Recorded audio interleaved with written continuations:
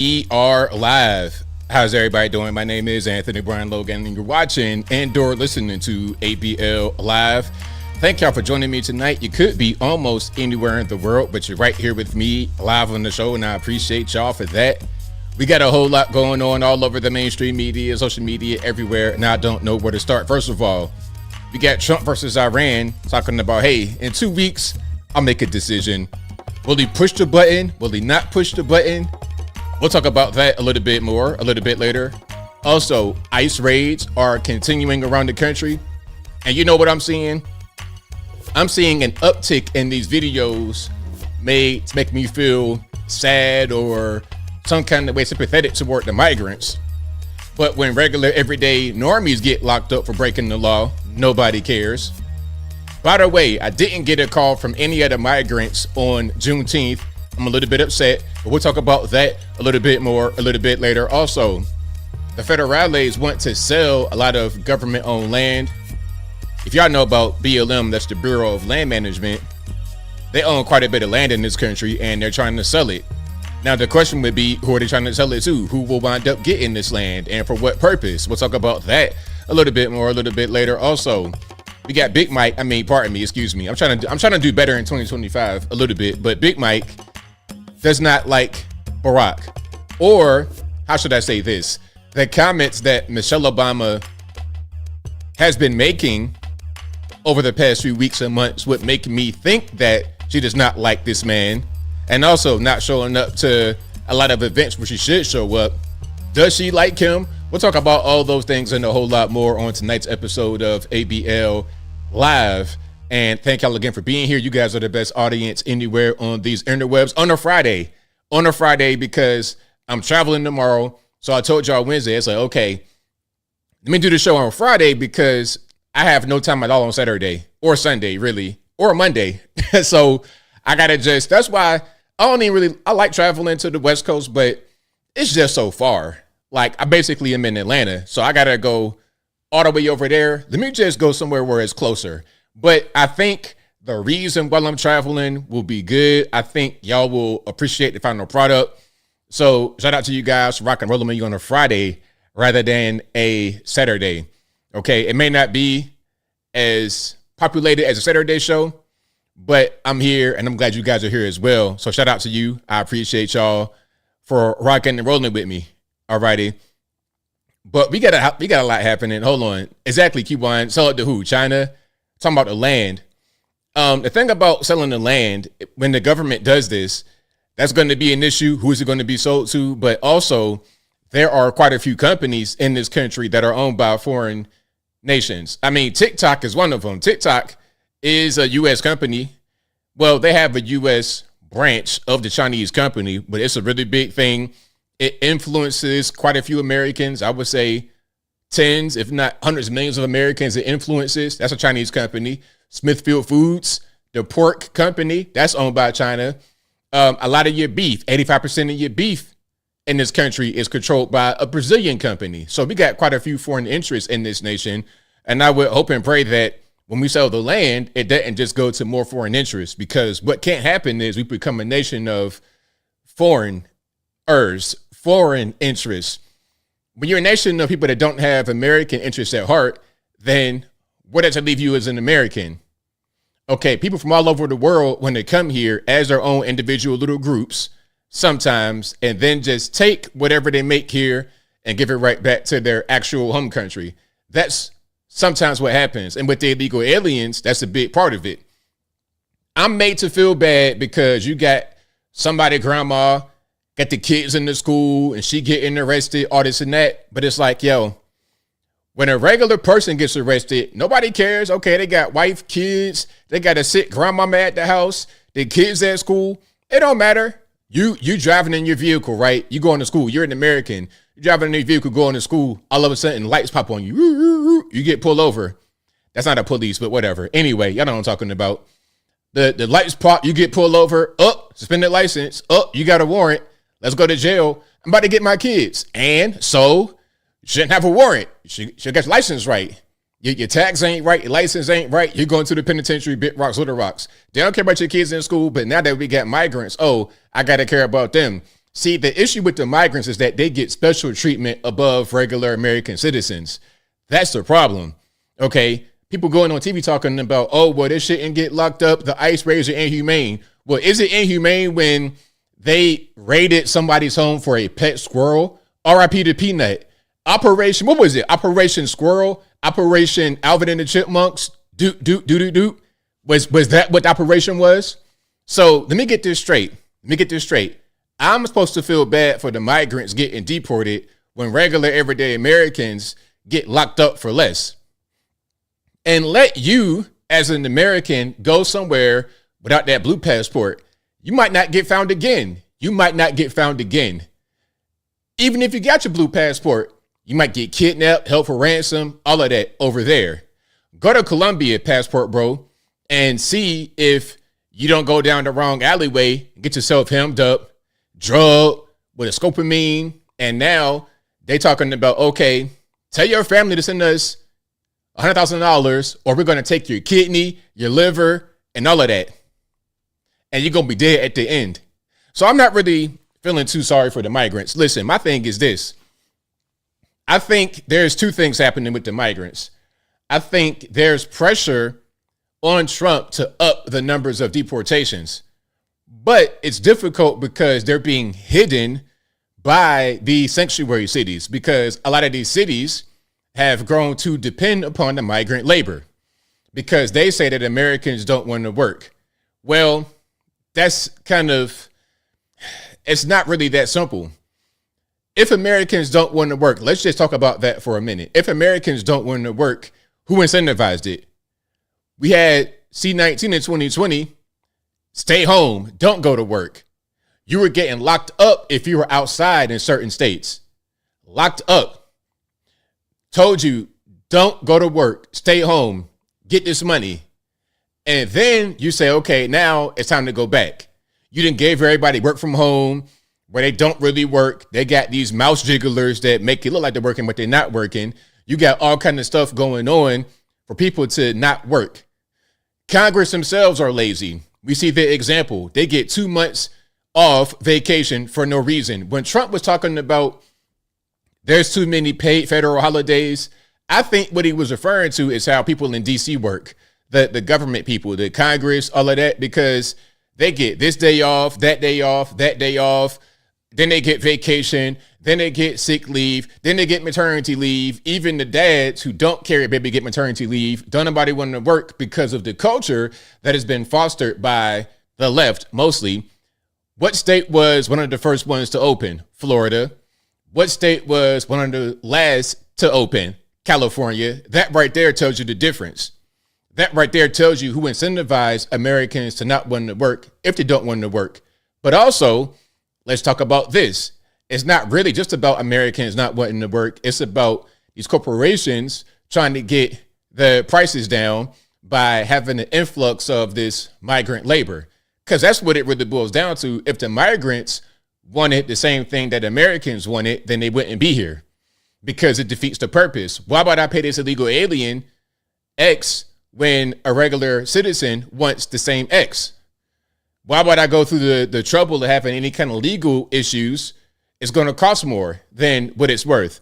I'm going to go ahead and just get with the American. But also, if the illegals weren't here, then they couldn't hire them at all. And it's got to go back to the Americans. But again, if there's a drop off in the desire to work, guess who caused it? It was the U.S. government talking about stay home, don't go anywhere, shelter in place, 6 feet apart, wear your mask, get your vax. And I don't even want to go into the vaccination injuries. That's a whole different story right there. People healthy, 18 years old, boom, drop dead, cardiac arrest, LeBron James boy. How are you a son of an athlete and you play sports for a living, basically? You're trained, you're athletic, you're healthy, and then you have a cardiac arrest at age 18, 19, right there in the basketball court. Make that make sense. Make it make sense. Have you ever seen that before? Healthy, athletic young man just on the court with a heart attack. Who was the last one? What, Len Bias, because he was on cocaine in the 80s? It's crazy. But yeah, so I don't really feel bad about the migrants getting deported. If you don't want to get deported, if you don't want to get locked up, follow the law. The same thing I say for regular everyday Americans, just like in my traffic stop video.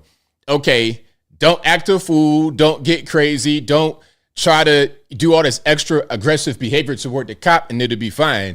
But once you want to go and do that illegal, threatening kind of behavior, now you putting your life in jeopardy and your freedom in jeopardy for what? It doesn't make any sense. So the moral of the story is just do right and follow the law, period, regardless of where you are. It doesn't matter if you're in America or another country. I for sure won't go to a different country and act up. I'm not going to do that anyway, but I'm most certainly not going. I'm going to be on my absolute best behavior over there because, hey, one little slip up, they got you. And what you going to say? Oh, it's not that bad. They don't care. Brittany Griner had some vape pens. Hey, man, go to the gulag.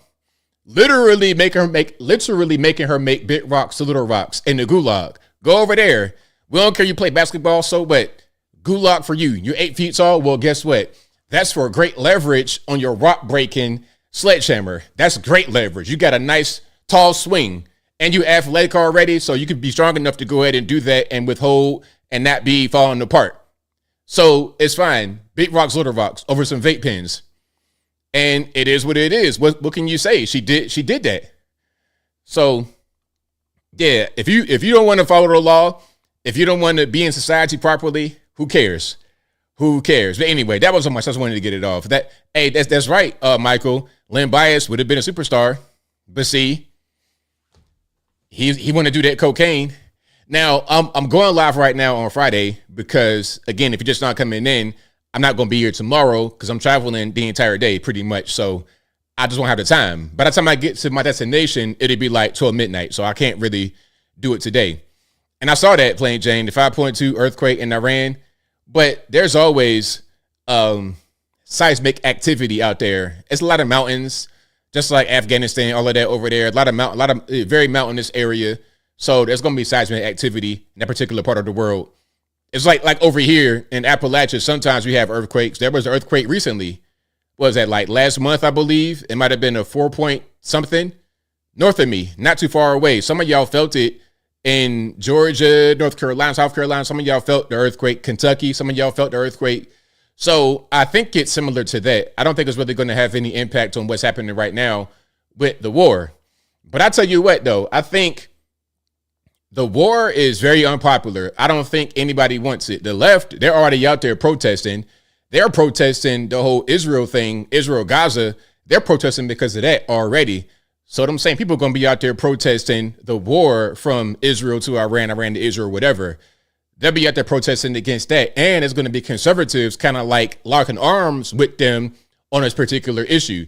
So Trump, I don't know what the plan was or what the plan is, because this whole war with Iran has been planned for a long time. Israel's been wanting to do it. They're kind of like chomping at the bit to go ahead and hit them with a nuke. That's the ultimate goal, because Israel wants to have an assault on Iran.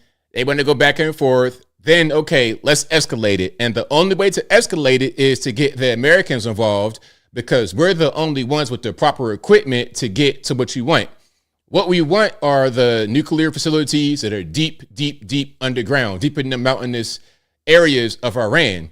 The only way to get to it is with a big bunker buster, which happens to be a nuke. So that's going to be a nuclear warfare. The moment we, as Americans, cross into Iranian airspace, is all over with. At this point, it's not even about, do you stand with Israel? It's not even about that. It's, do you want humanity to continue, or do you want humanity to cease? Do you want humanity to continue, or do you want humanity to cease? That's all it's about, because once you hit a nuke in Iran, now you're going to get China. Hey, China's already involved. China sent them some missiles, allegedly, just the other day. Russia will be involved.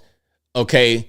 A lot of the Pakistan is right there, bordering nation. Afghanistan is right there, bordering nation. Iraq, Yemen, Oman, all of the Houthi rebels, all of the different kinds of Islam are going to be in it. Lebanon, Syria, the Turks might get involved. Azerbaijan, Armenia is right there as well, right above Iran, which is also in Russia, basically. So it'd be the whole East fighting us with nukes. it'd be terrible. Like, the American people would suffer tremendously. We would suffer tremendously. And you got to ask why. Is Israel important enough to the world for the whole world to end because of a political goal that they want? And it's not even about the Jews. It's about that particular state, because I'm willing to bet you that a lot of people in Israel don't want this. It's kind of like being here in the USA. Some love Trump, some hate Trump. It's not just we're all one thing as Americans. Same thing with the Israelis. But Benjamin Netanyahu then bit off a teeny bit more than he can chew, in my humble opinion, going a little bit too far. I'm not trying to fight Iran and have the whole world end because we have nuclear holocaust. Ain't no way. Ain't no way. And the funniest part about this is people talking about, oh, blame the Jews, blame the Jews. And then it would be mostly people that's European talking like that, whites. It's like, y'all the same.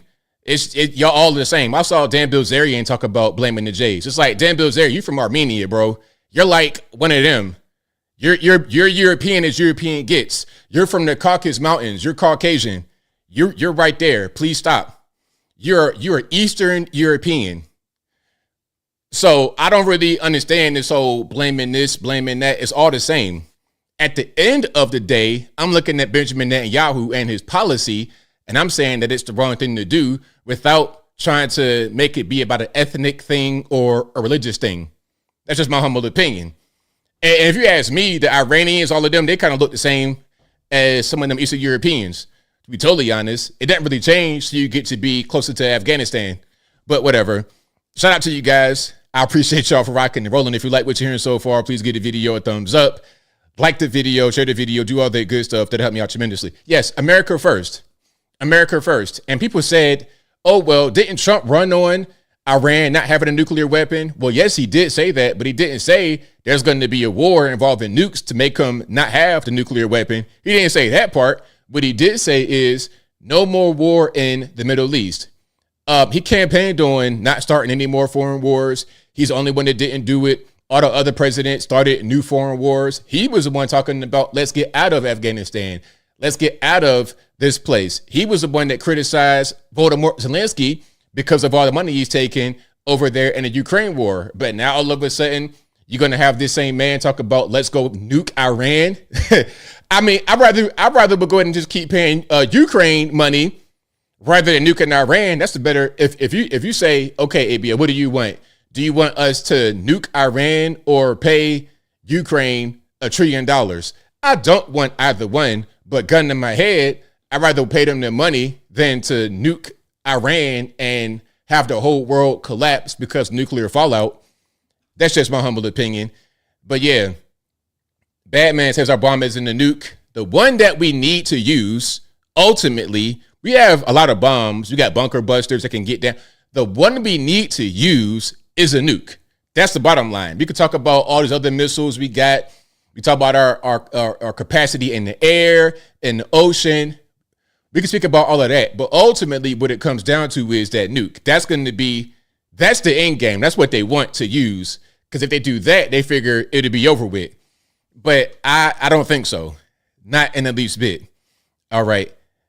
Greg Johnson says, how about fixing our own potholes and cleaning up our rivers with our tax dollars? That's what I'm saying. That's what I'm saying. We got problems right here. We got problems right here. And I wish everybody the best. There's all kind of conflicts and battles going on. I wish everybody the best.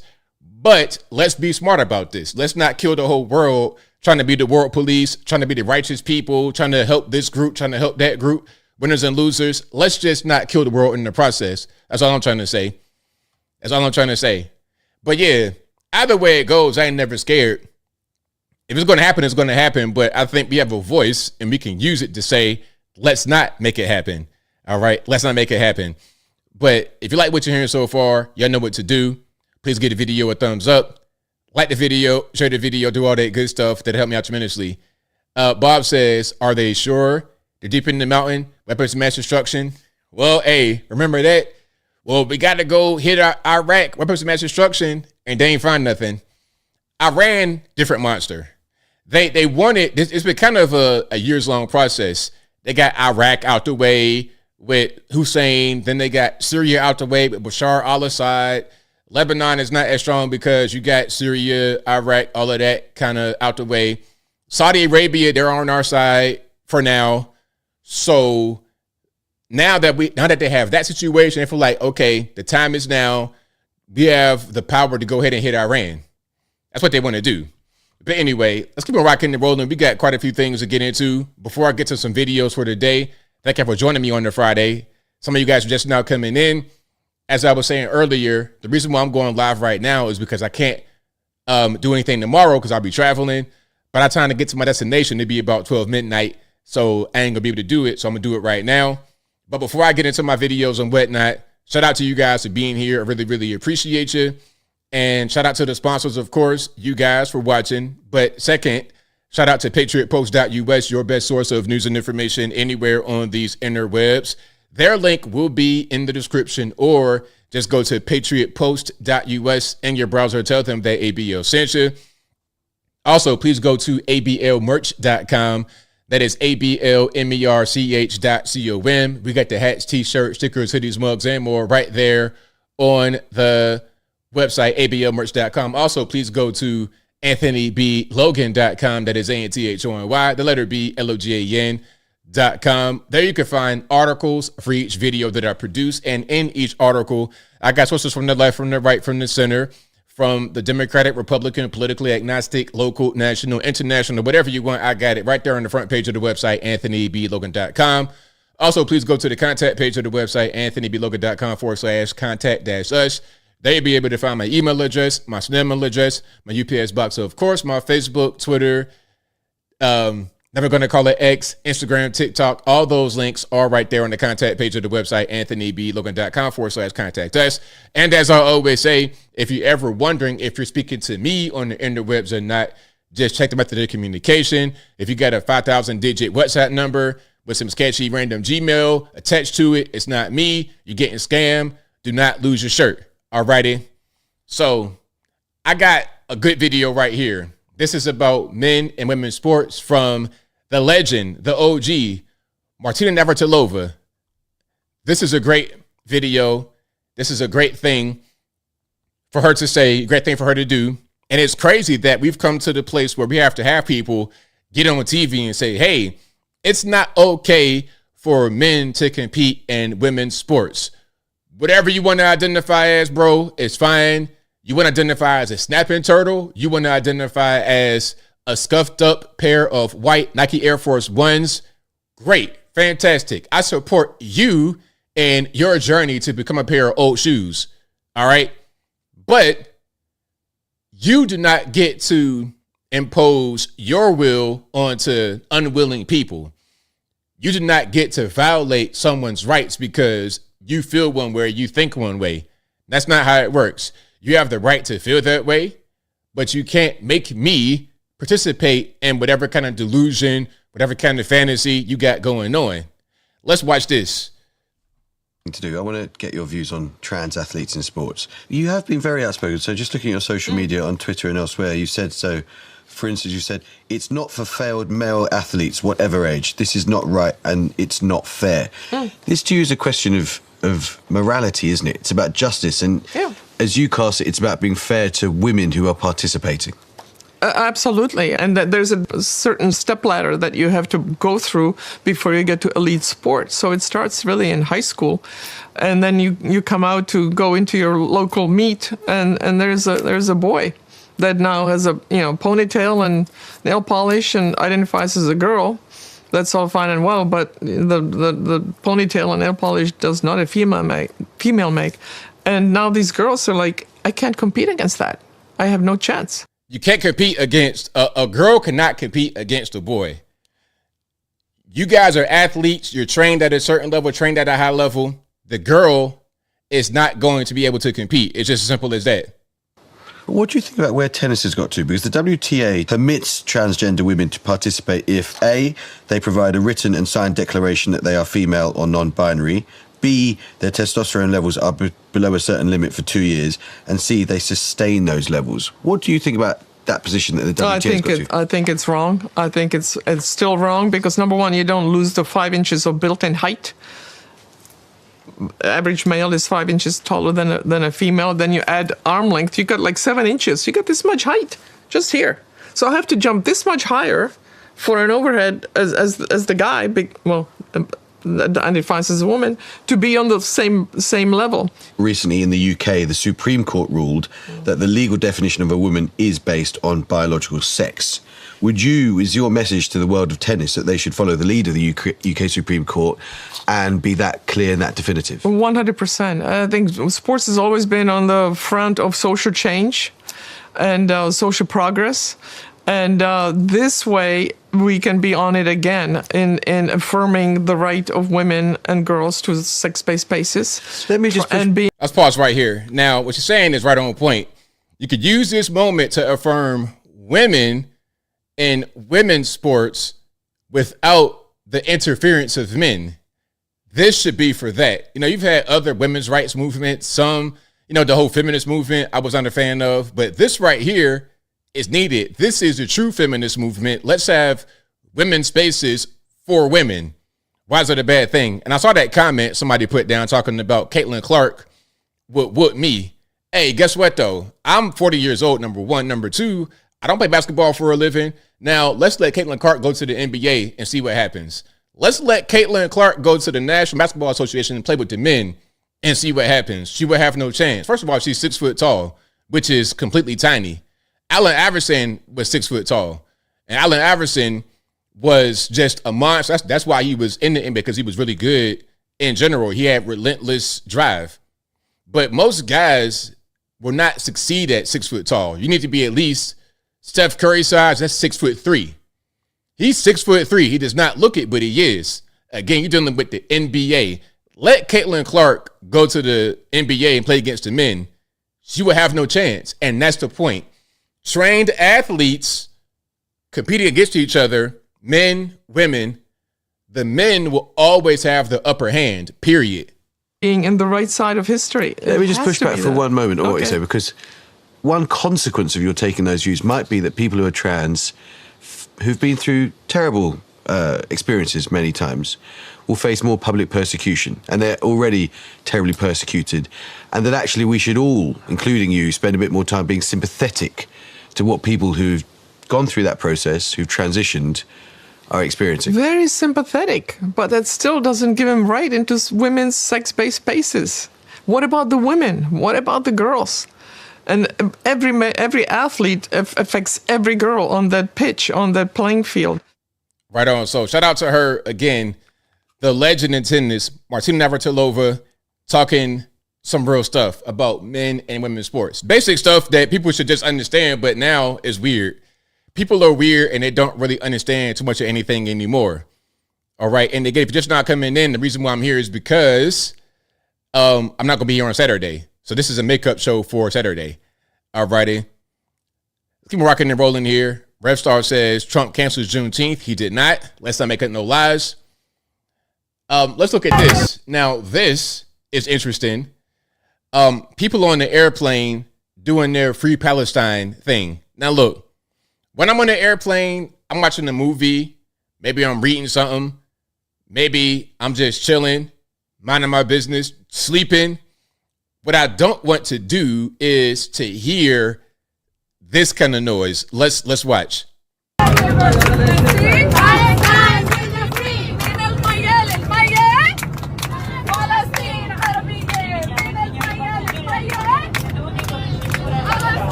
Free Palestine. Nah, man, look, just all of that, man, just sit down. Just sit down, man. I don't know. Is a plane flying? I need to just sit down, man. For real, for real. Don't nobody got time for all that. And my man, this is funny right here. And this right here kind of sums it up. This is kind of how these things go unchecked. So look, you see them in the crowd, in the aisle of the airplane talking about free Palestine, clapping, all kind of stuff. And then she has a camera filming it. So you're going to see the reaction of somebody sitting. Hold on. Palestine. Let me see if I can show it. Palestine. So then right here, he's just watching. But then once the camera comes on them now, Palestine. yeah, let me start clapping too. See what I'm saying? Sit down. Don't nobody got time for all. Nobody has time for all that. Not a real thing. All right. Now somebody said Juneteenth ain't real. Let's not even do Juneteenth. And you know what? I'm gonna say this about Juneteenth. Juneteenth is a real thing, and I wish they would left it alone because it's become. I said the same thing last year. What it's become is like a what's the word I'm looking for? Like a political football, a lightning rod, a weapon. It's become weaponized to fight over. When nobody was talking about it, it was fine. We could just observe it and there was no controversy. But now that it's been made known to the public and they made it a federal holiday, now people want to squabble over it. I wish y'all would just shut up and let people celebrate it if they want to celebrate it. And I wish that it was not brought to the light because now people are just squabbling who have no idea what it's about. That's all. So that's my thing. Just I don't even want to talk to nobody about it that don't know anything because all I'm gonna do is get irritated. I wish they would just left it alone. And then the people that want to celebrate it can celebrate it. You know, that's how it is. Keep it obscure so people that don't know anything who are gonna get offended at everything don't get offended at everything. Because 2025, everybody's offended at everything. My thing is this. If people want to do whatever they want to do among themselves, knock yourself out. It's only when my rights get violated. Now, how is any rights being violated with Juneteenth? You got a day off if you work. If you get a job where they observe that, you might have got a day off. Congratulations. Congratulations. You know, congrats. And I saw the whole thing with the watermelon cakes. I think that might have been rage bait. One thing I know about social media is that a lot of this stuff is fake. I don't believe anything anymore. I think that was just rage bait. Somebody was just trying to be funny. Yeah. For real says Juneteenth was okay until it was politicized, in my opinion. 100%. Absolutely. All day long. That's exactly the reality of it. Okay. And also, would much rather support Juneteenth than Pride Month. And you know what? Here's something that's good about all of the controversy with Juneteenth and with the Iran war and all kind of stuff, the ICE raids. There's been no attention given to Pride Month. I've not seen anything. I ain't seen I've seen some stuff. I'll show you in a minute, but not a whole lot. In years past, there was a really big emphasis on Pride Month, but now they kind of fell off a little bit. I'm like, okay, that's a good thing. That is a good thing. Okay. But yeah, I saw them cakes, man. That probably was I feel like that was rage bait. 100%. Now, this could be rage bait, but I hope it's not. I hope that this person did do what they said. Just got my immigration visa approved. Goodbye, America. Welcome in Netherlands. Welcome to Netherlands.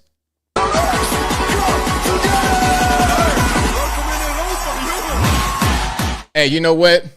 I support this 100%. If you want to self-deport, you could be a citizen, non-citizen. If you want to leave, that's totally fine.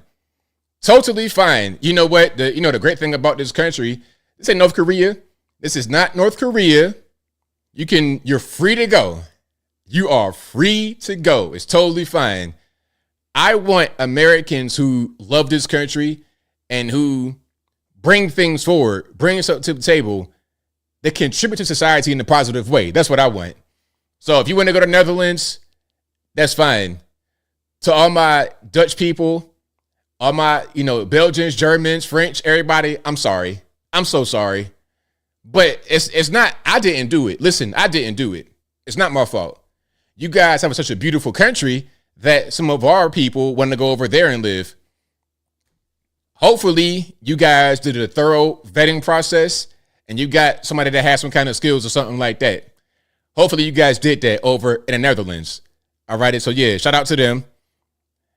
All right. Bean says, good luck getting a job in the Netherlands. She is uneducated as to what is needed to make it in Europe. LOL. Well, hey, she'll find out. You know, people, they often will leave America and then they'll come back, you know, tail tucked, talking about, I didn't know what it was going to be. I had no idea. I had to go over there and work and actually do things. And I couldn't just get supported by the government. And them taxes are going to whip you to smithereens. My goodness. They're going to whip you to smithereens. Okay. Now, this person was arrested in Vegas for protesting. Let's get some sound on.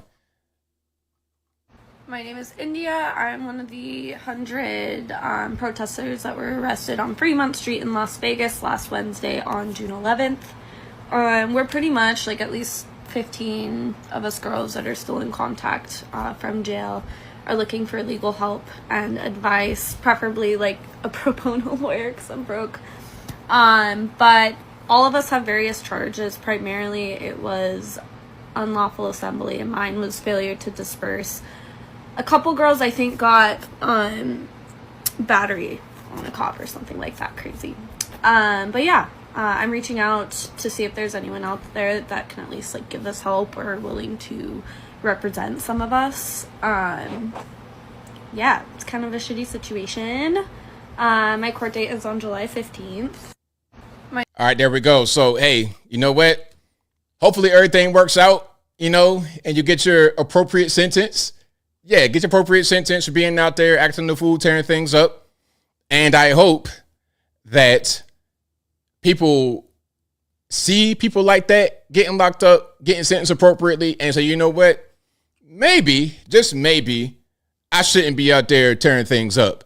Maybe I should do peaceful protests. Like I said before, I support your right to do peaceful protests. You have that right in the Constitution. But when you get into violence and, you know, throwing things like police officers, setting stuff on fire, when you're doing that, now I got a problem. And a lot of times people like that are paid. They're paid to go out there and commit maximum harm. That's their whole job. So if that's what you do, and that's what you're into, and you get arrested, you get locked up, you make big rocks to little, what you want me to do about it? What should I do? You guys are funny. A pro bono kicking. You guys are hilarious. All right. Now, speaking about getting paid, this person says that her and her husband quit their jobs to protest Trump. Now, here's my question. How do you quit your job to go protest? What are you going to do for a living? Or is the protesting what you do for a living? I'm just trying to figure it out. All righty. Let's go ahead and check it out. People keep asking how we're going to pay our bills now that my husband and I both quit our jobs. The bills are not the focus. We're not worried about bills. We are not working as a form of protest. We're going to pay our bills, the ones that are necessary, because we have cut back a lot. Like, since the current administration took office, we've cut back on so much. Like, we are not putting money into the economy like we used to. We are not going out to eat. We are not traveling. We are not going to Target and filling our car up with a bunch of stuff that we don't need. Like, we're not spending money anymore. Like, we're buying food and household essentials. We're not funding a war. Not me, not my husband, not my household. We're not participating. We're not going to do this anymore. We are not funding this war. People keep. All right. So quit your job to go protest Trump. Now, you're probably like 40 something, maybe I would say. What are you going to do for work? How y'all going to be able to eat? Just deplete your savings? Or are you going to be paid by some NGO, some people, somebody to go out there and protest? Because we've seen on the TikToks, these young guys talking about, yeah, it's like $200 a day. We've seen Puff Daddy, people out there talking about free Puff, and they're getting paid, what, $20 an hour or some crazy stuff. So we've seen people get paid to go out there and protest. Are you one of them? That'd be my question. And when you say you're not funding the war, hey, I'm right there with you. I don't want to fund the war either. But we are, if you pay taxes, that's what's funding the war. Okay, that's funny, Nick. You going and just buying things that's not necessarily contributing to the war as much as your federal income tax. Maybe your sales tax, stuff like that, but really it's your taxes that you're paying from your job or anything like that. So what do y'all think? Do you think that she is being paid to protest like a lot of them? Do you think that others are being paid to protest? What's your take on the whole situation? Now, this is California. Now, hopefully I don't experience this part of Los Angeles, California when I go out there. But this woman says that everybody's being robbed. And I'm sorry for the freeze frame, young lady. My fault. But look, for you guys out there in Southern California, is crime a problem? Has it become a problem? Is it in certain spots? Because out here in my neck of the woods, you know, people talk about places like Memphis and Chattanooga. You look at crime statistics, it's bad, but it's only in certain areas and also in certain times of the night, depending upon where you are. You just kind of got to understand how to move. Where I live, it's fine. It's certain little spots where I don't go, especially at night. But beyond that, I'm chilling. In the daytime, you have no problems. But is crime in Southern California, LA specifically, becoming an issue? And is it being spread to other parts of the city, not just in the high crime areas? Y'all let me know. Let's take a look. My parents' house got robbed tonight. For everybody advocating for... Let me start from the top. Pardon me. My parents' house got robbed tonight. For everybody advocating for everything going on in LA. I know, at least personally, I know 4 different homes that have gotten robbed in the past 4 months. My mom and my sister being 2 of them. Let's talk about it. My mom lives a block down from me. She called me. She said they took everything. Called the cops. She doesn't speak English. I called the cops. Cops said, you need to have the victims call us so that we can rush to you quicker. I explained that my parents are Armenian. They can't speak as fluently as me. Somebody took everything from their home. You guys have to show up. It's been an hour and a half. I just called a second time, and they called me back to let me know to stop calling them because they'll get there when they get there. So, Gavin Newsom, you have beautiful hair. My parents' house got robbed tonight. Hey, okie dokie. So what do y'all think? I told y'all about them with the Gavin and all that. I don't know. That might have been the flippant comment, being sarcastic, whatever. But I told y'all about how they like Gavin Newsom and the way he looks. Anyway, but yeah, that's what's going on out there. A lot of home invasion, a lot of burglaries. Not really home invasion. It's a difference. A burglary, that's when they not home. Home invasion, okay, people are at the house, sitting on the couch, and they going in guns blazing. But I'm good on that. Yeah, somebody said, here's an idea, move. Right. Right. JJ says, why does everybody TikTok everything? Listen, it's 2025. Everybody's going to be on their phone and tell the world whatever they know. Whatever they know. But yeah, y'all talking about time to move, time to get up out of there. Hey, that might be what it is. Okay, now look. Jamal Bryant. Y'all know who this is. I've shown him before. This is a pastor, allegedly. Allegedly, he's a straight pastor. He got a bunch of baby mamas, or at least 2 or 3, a handful, not really a whole lot. So apparently he's straight. He's not gay. Now, you're going to hear this, and you're going to see the guests, and it's going to be totally strange. Again, this is a pastor talking about this. And if we got pastors talking like this, now I know it's not all.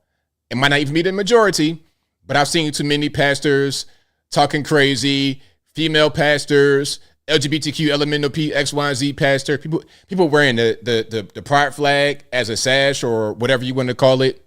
It's too much of this in the church. But let's just watch this. You'll never be able to guess how the guest at the end will look.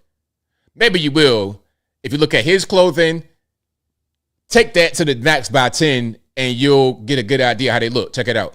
I am concerned as a black man and as a father on this new trend of clothes that is now gender fluid. So there's no women's department. There's no men's department. Yeah. Everybody wearing the same thing. Now, that's a valid concern about gender neutral clothing. no separation between the men and the women, everything kind of being the same. That's a good concern. But what are you wearing? That's my first question, but I digress. As designers, and I don't know if this speaks to your ministry angle because you are ambidextrous in that way. Mm-hmm. Look at these men. This is men on film, man. Like, In Living Color was so ahead of their time. This was them. Hold on. This was them right here.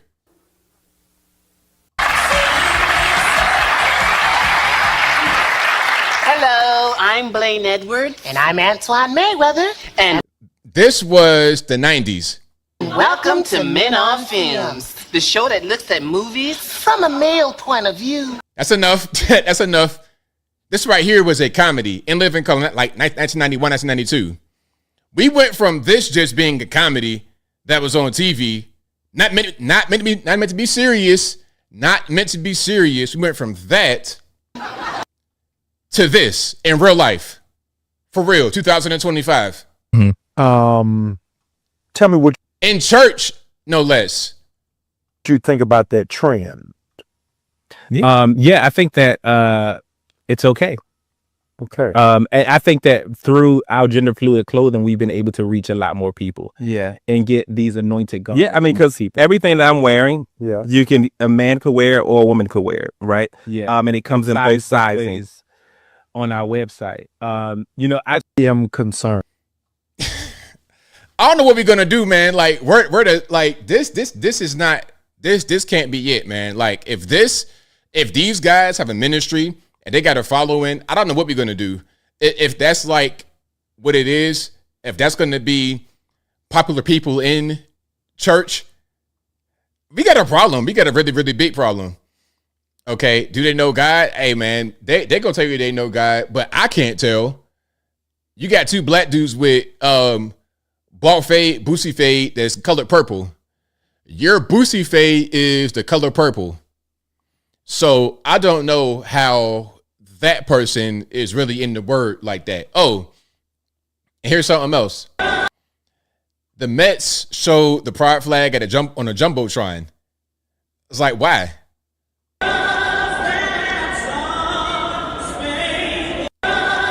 During the national anthem, the only flag that should be on a jumbotron during the national anthem anywhere is the American flag. Why we gotta have this? What's up with this? And then again, I hate those black and the brown stripes. If I see that at a baseball game, and in baseball, that should be something you go with your dad. You go, it's like a male thing, the great American pastime with the LGBT flag. Now, if you saw that at a baseball game, what's going through your mind? Like, where am I? What's going on? Hold on. Shaquille Oatmeal says, I'm sure they have prayed the gay away. They have been delivered. Shaquille Oatmeal, that was a good one, man. That was a good one. Shout out to you. Now, I got a little bit of cringe, okay?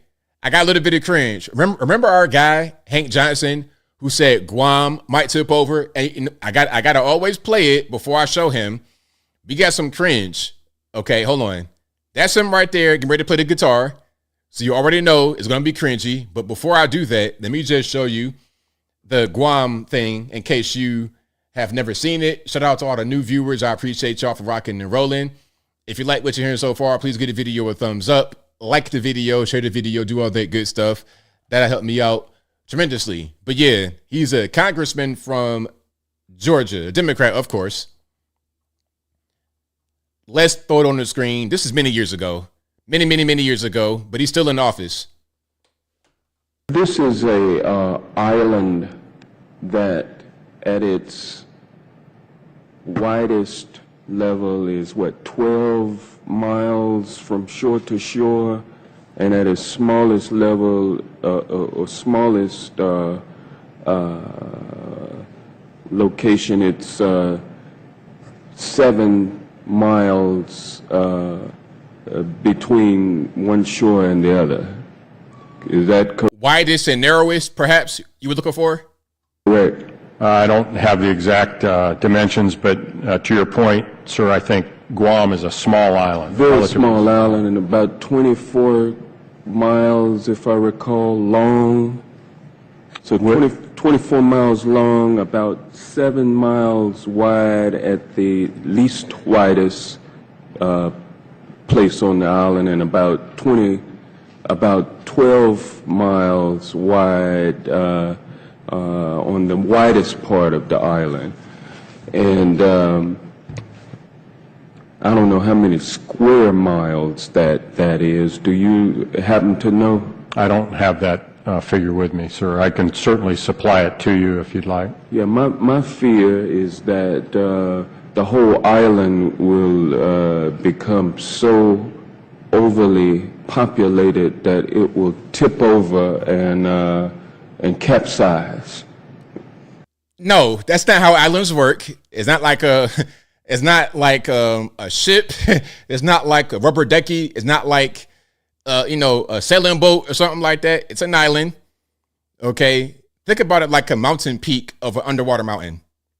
That's kind of how that works. It's not gonna capsize. All right, it's not gonna capsize.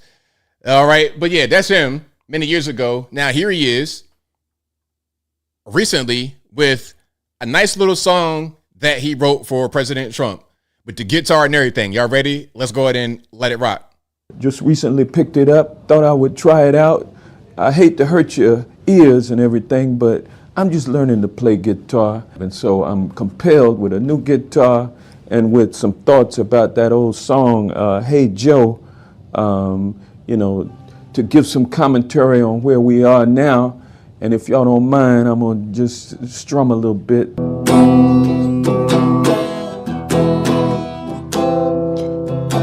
Hey, Trump, where you going with that gun in your hand? Hey, Trump, where you going with that gun in your hand?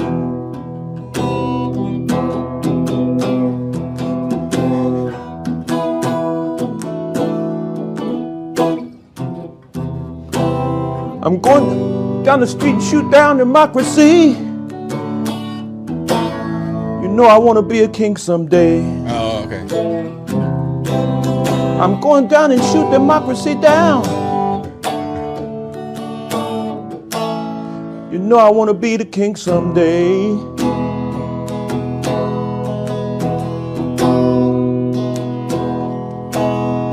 All right, I ain't gonna torture you no more.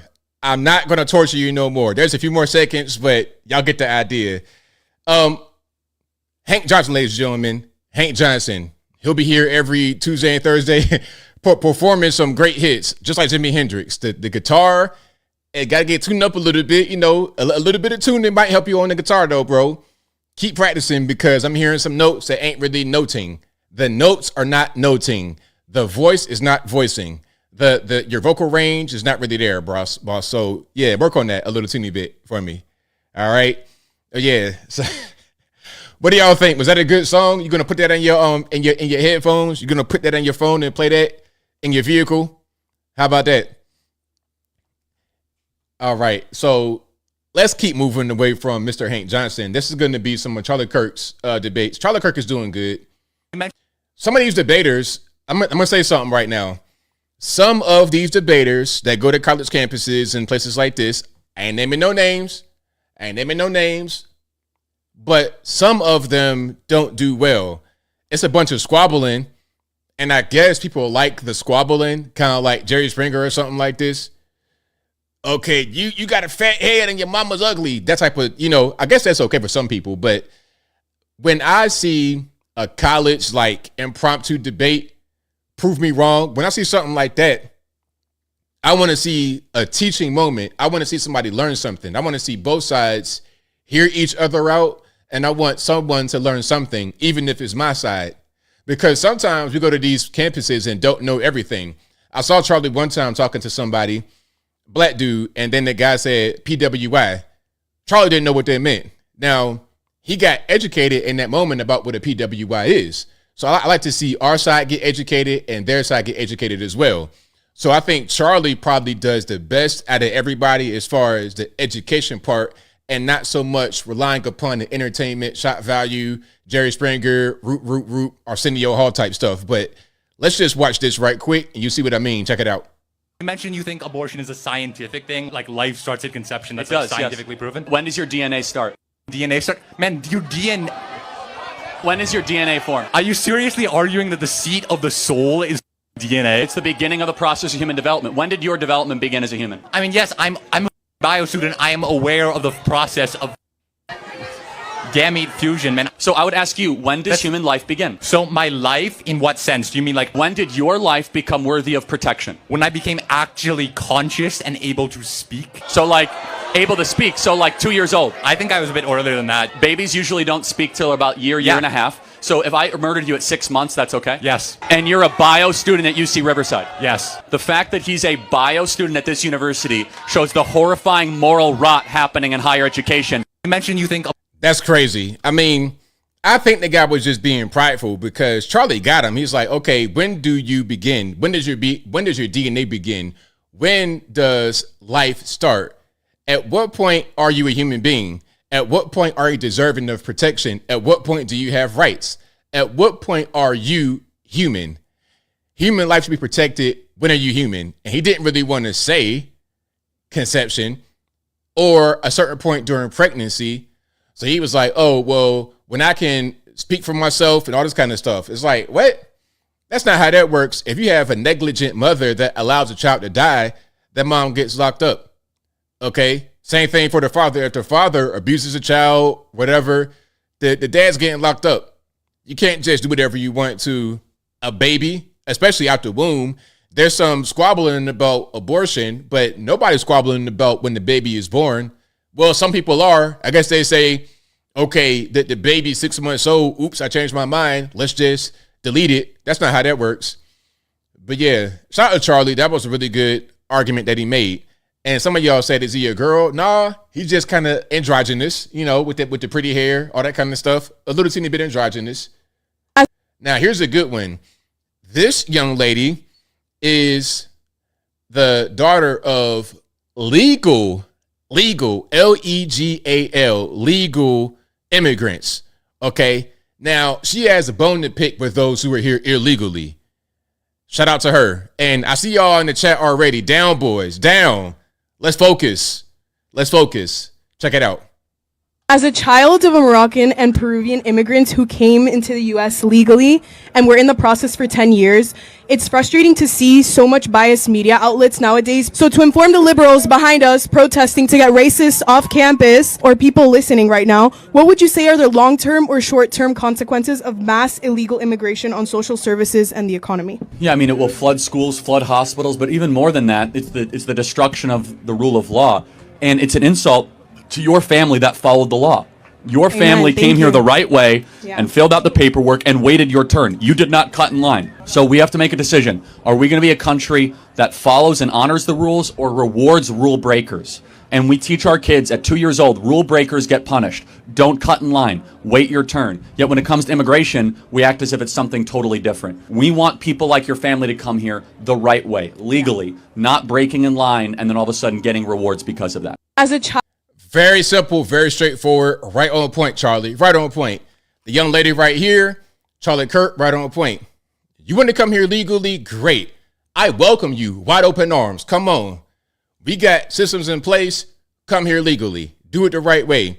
We want to seek in the back door, break in, oh, I'm seeking asylum, but don't be a liar, just trying to take advantage of us. You're bringing in drugs, guns, all kind of stuff, and you get deported and you on TV crying. Ain't nobody got time for that. Come here legally and don't worry about it. Come here legally and you'll be totally fine. That's the way it should go. So when these people on TV talking about, oh, well, the MAGAs hate immigrants. That's an immigrant right there with the MAGA hat on. That's an immigrant right there with the MAGA hat on. Okay, we don't hate immigrants. We hate those who break the law, and we especially hate those who break the law and get away with it. While we, the people, regular, actual Americans, if we break the law, hey, it's a billy club coming right to the forehead. Bam. Right on the forehead. Okay, you getting dumped in the squad car. Boom.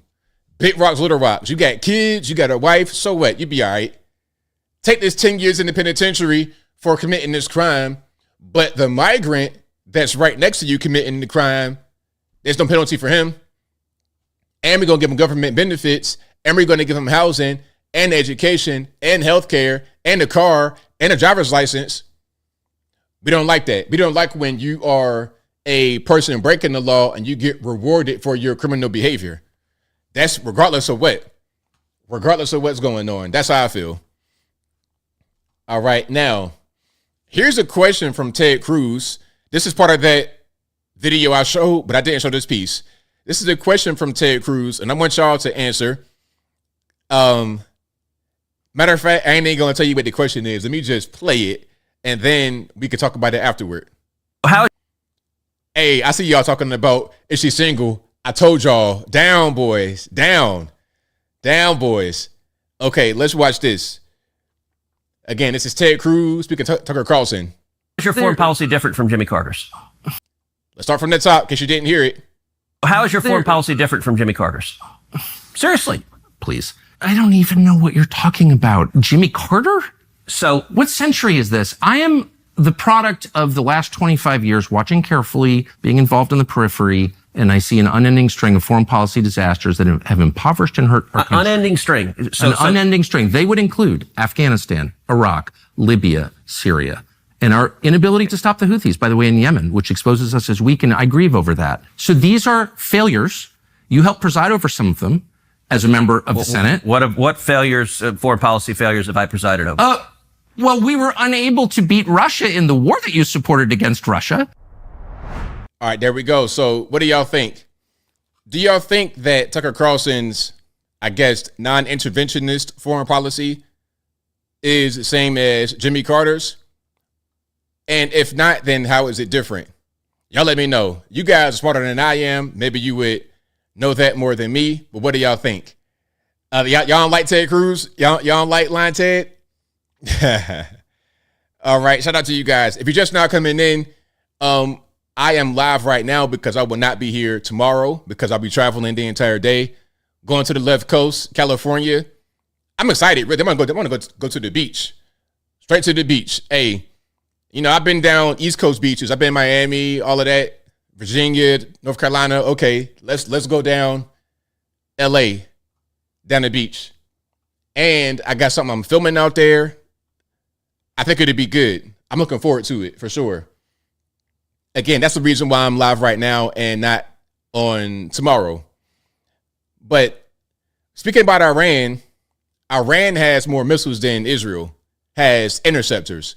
So if Israel depletes their interceptors, who's going to replenish them? Or will it be replenishment? Or are they going to be done with it? If they're out of interceptors and there's zero replenishment, Iran has more missiles than them. So when they keep firing, what happens to Israel? For days, Israel's defenses have largely held up against Iran's missile attacks. But there's a growing concern that Israel is burning through its defensive weapons. And its Arrow interceptors, which play a key role in taking out Iran's ballistic missiles, are in short supply, according to a U.S. official. The United States, which has been helping Israel shoot down threats, is also expending its munitions. The U.S. official and analysts familiar with the numbers say that Iran has more missiles than Israel and the U.S. have interceptors, raising concerns about Israel's ability to defend itself long term. So here's what the interceptor shortfall means for Israel, its allies, and the broader Middle East. Israel uses different systems to provide a multi-layered defense of its airspace. The Arrow 3 is considered the crown jewel of this network. With a range of about 1,500 miles, the Arrow 3 is used to counter long-range ballistic missiles, including those that fly above the Earth's atmosphere. Arrow 3 has been critical in countering attacks from Iran and Yemen, and it can intercept threats before they cross into Israel's airspace. The Arrow 2, an older version of the system, is also used to intercept short to medium-range ballistic missiles. Then there's David Sling, primarily used to counter medium-range ballistic missiles, among other threats. And finally, the Iron Dome, which is used to shoot down short-range threats like rockets from Gaza. Experts say the Iron Dome is not playing a major role in this current conflict with Iran, and that the Arrow systems and David's sling have been key. Even though some missiles have slipped through, Israel's layered defense has proven to be extremely effective. So look, some have already slipped through. There's been some strikes on Israel already. So when there's no more interceptors, then what? Even the interceptors they have right now cannot totally protect them, but without them, they're totally vulnerable. Israel says its interception rate for ballistic missiles is about 90%. And of the 370 missiles fired by Iran in recent days, about 30 have made an impact as of June 17th. But as Tom Carrico, the director of the Missile Defense Project at CSIS, put it to me, the capability is not the question. It's the capacity that matters. And capacity could be a huge problem because arrows play a key role in shooting down not just Iran's ballistic missiles, but also threats from Iranian proxy groups like the Houthis in Yemen. In a statement, the Israeli defense... Look, you got the Houthis, you got Yemen, Lebanon, Syria still potentially, Iran, all of that. Pakistan could get in the mix, China could get in the mix, Russia could get in the mix. It's just too much. I don't know what Israel was thinking because this is not going to end well for them. This is not going to end well for them. They have to actually, I think Israel should stop because they're not going to be able to continue this on their own. The only way they're going to be able to have a chance at trying to fight Iran is if we help. And that means American boots on the ground. And if you get American boots on the ground, it's a wrap. And like I said, Trump said within 2 weeks, he'll know. Let me see. Let me just show you this right quick. Okay. Let me see. Hold on. So here's an article right here from, what's this? New York Times. Trump buys himself time, opens up some new options. While President Trump appears to be offering one more off-ramp for the Iranians, he is also bolstering his own military options. So look, President Trump said an announcement that he could take up to 2 weeks to decide whether to plunge the U.S. into the heart of Israel-Iran conflict is being advertised by the White House as giving diplomacy one more chance to work, but it also opens a host of new military and covert options. As someone who makes the most of it, the full use of it, Mr. Trump will now have time to determine whether 6 days of relentless bombing and killing by Israeli forces, that's interesting how they wrote that, which is taking out one of Iran's 2 biggest uranium enrichment centers, much of its missile fleet, and its most senior officers and nuclear scientists has changed minds in Tehran. So I guess the idea is, okay, we didn't hit y'all relentlessly. Are y'all going to quit? I think not. Iranians, I mean, if we couldn't even beat the Afghans, really, if we couldn't even really change Afghan, a bunch of shepherders, how are we going to get the Iranians? The Iranians are not the Afghans. They're not. Or the Iraqis. Or the Syrians. It's not going to be a cakewalk like some may think. Oh, we took over this particular country. You took over a small place with a small population, no centralized government. You took over a bunch of random rebels and people that hurt sheep for a living. Okay? Y'all took that over, not the Iranians. You do that, you want to hit them for real? That's not going to be the same thing. So what do y'all think? Should we get involved? Should we be involved in the Iran conflict or not? Y'all let me know. I'm reading some of these things. Somebody says Israel does not have 2 weeks. Well, they're gonna have to have 2 weeks. I mean, hey, hopefully they understand how to go about this. I think, here's my opinion about the Israelis or Netanyahu, the government of Israel. I think what they did was start this war thinking that we would have their back, thinking that the Americans would join in and just finish it. But that's not how that works. If we're going to fight Iran, it shouldn't be the Israelis provoking this. It shouldn't be them starting it and then us trying to finish it. If we're going to fight them, it needs to be us starting it and finishing it, not a foreign nation doing it first and then making us get involved. How that make any sense? How are we the best in the world when we got one foreign nation making us fight for them? That ain't what we're going to do. All right. Now, to get a little bit away from that a little bit, here is AOC talking about we have to rein in the media. We got to rein in the media. Now, if Trump says something about the media, CNN sucks, all that kind of stuff. If Trump says it or a MAGA quote unquote says it, then somehow we're like unpatriotic. We're very bad people. But when they say it, I guess it's not really a big deal. Let's watch. I do think that several members of Congress in some of my discussions have brought up media literacy because that is a part of what happened here. And we're going to have to figure out how we rein in our media environment so that you can't just spew disinformation and misinformation. It's one thing to have differing opinions, but it's another thing entirely to just say things that are false. And so that's something that we're looking into. I do. Okay, so I guess she's talking about the reason why they lost. They're trying to figure out, why did we lose? Why did we lose? Well, the reason why you lost is because, number one, you had a really bad candidate. They're trying to say that Kamala was so qualified, all this, that, and the third. She was so qualified, but she couldn't put two words together. People hated Kamala. They hated her on the campaign trail in 2020, the first time when she ran, because she came in dead last out of everybody. She came in dead last. Amy Klobuchar, shaking like Muhammad Ali, looking sickly on stage.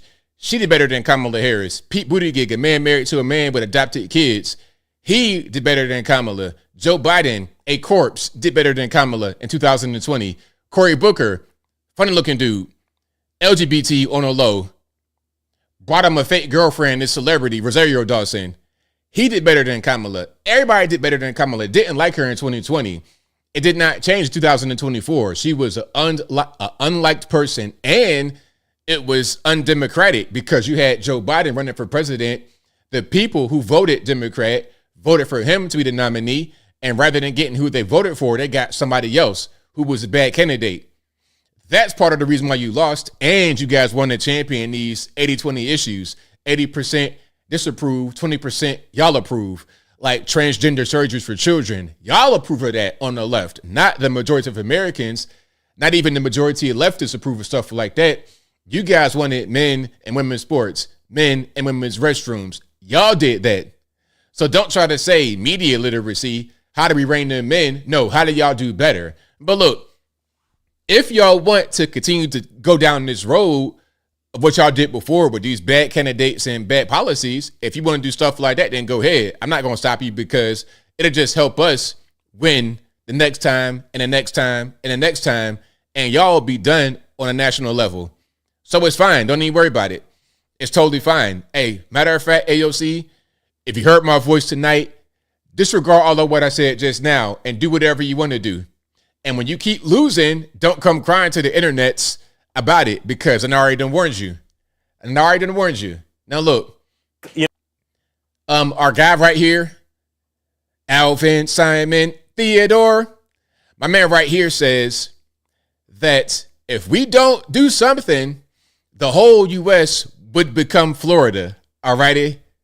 Hey, Alvin, do not threaten me with a good time, bro. Do not threaten me with a good time. But let's watch. This fight against far-right neo-fascism, for me at least, was mainly taking stage in my home in Florida, fighting against Ron DeSantis and the extremism there. And something I always told people is that Project 2025 is actually Florida 2022, Florida 2020. Mm-hmm. And the stuff that's going on around the country right now, we've actually been dealing with in the South for a long time, especially in my state of Florida. So the difference is, it's like the struggle in my state has kind of been just spread throughout the nation. Mm-hmm. And honestly, that day after Election Day, I had a hard time getting up, probably like a lot of, this. All right, so he's saying, look, the reason why there's struggle in the nation is that the whole country has become like Florida, or there's more things like Florida. Well, look, if Florida is so bad, then why is the whole country trying to go to Florida? Why is everybody and their grandmama trying to come to Florida if it's so bad? Okay, there's not a mass Florida exodus. The only thing that's going to happen to Florida, in my opinion, is there's going to be a difficulty when it comes to housing and other things because everybody wants to go there. There's a tax on the infrastructure of the state because there's so many new residents flocking to Florida because they want what Florida offers. No state income tax, more freedom, more gun rights, a better place to be. And one of the main things that attracted everybody to Florida was the fact that they didn't shut down for too long during C-19. I'd have met people talking about, look, I'm from New York. My life was ruined because of the lockdowns. I had to go to Florida and start over. Now I'm doing much better. Now I can live my life and really work and thrive and raise my family and take care of myself in Florida.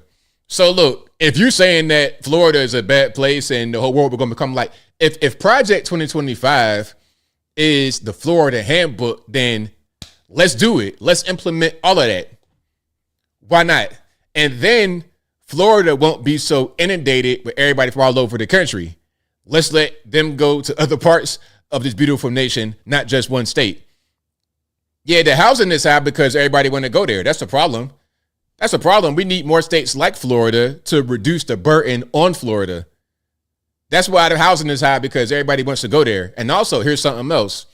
In states where you have high housing, aside from Florida, part of it is because of the migrants. When you bring in 20 million migrants within 4 years, where are they going to live? How are they going to go to school? Who's going to take care of these people? Like, it's too many people that come in there all at one time, and then there's not enough infrastructure built to actually take care of them, actually house them and do all that kind of good stuff. And then when you are able to find any kind of housing for these people, when you're able to find resources for these people, it's going to cost the taxpayers more money in the end. It'll cost them more in the end. So yeah, that's kind of what's going on with that. But yeah, shout out to Alvin Simon Theodore for his 2 cents on what's happening with Florida. Now, speaking about states, we got California. So a judge came in and blocked Gavin's attempt to try and block Trump from taking control of the National Guard, from federalizing the Guard out there in California.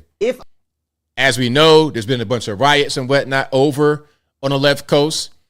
And at a certain point, it's got to get put down. When it's not put down, when it's not stopped, it is spread like a virus. And you're going to have widespread damage in the billions. People are going to lose their life. It's going to be a mess. But let's watch some of this.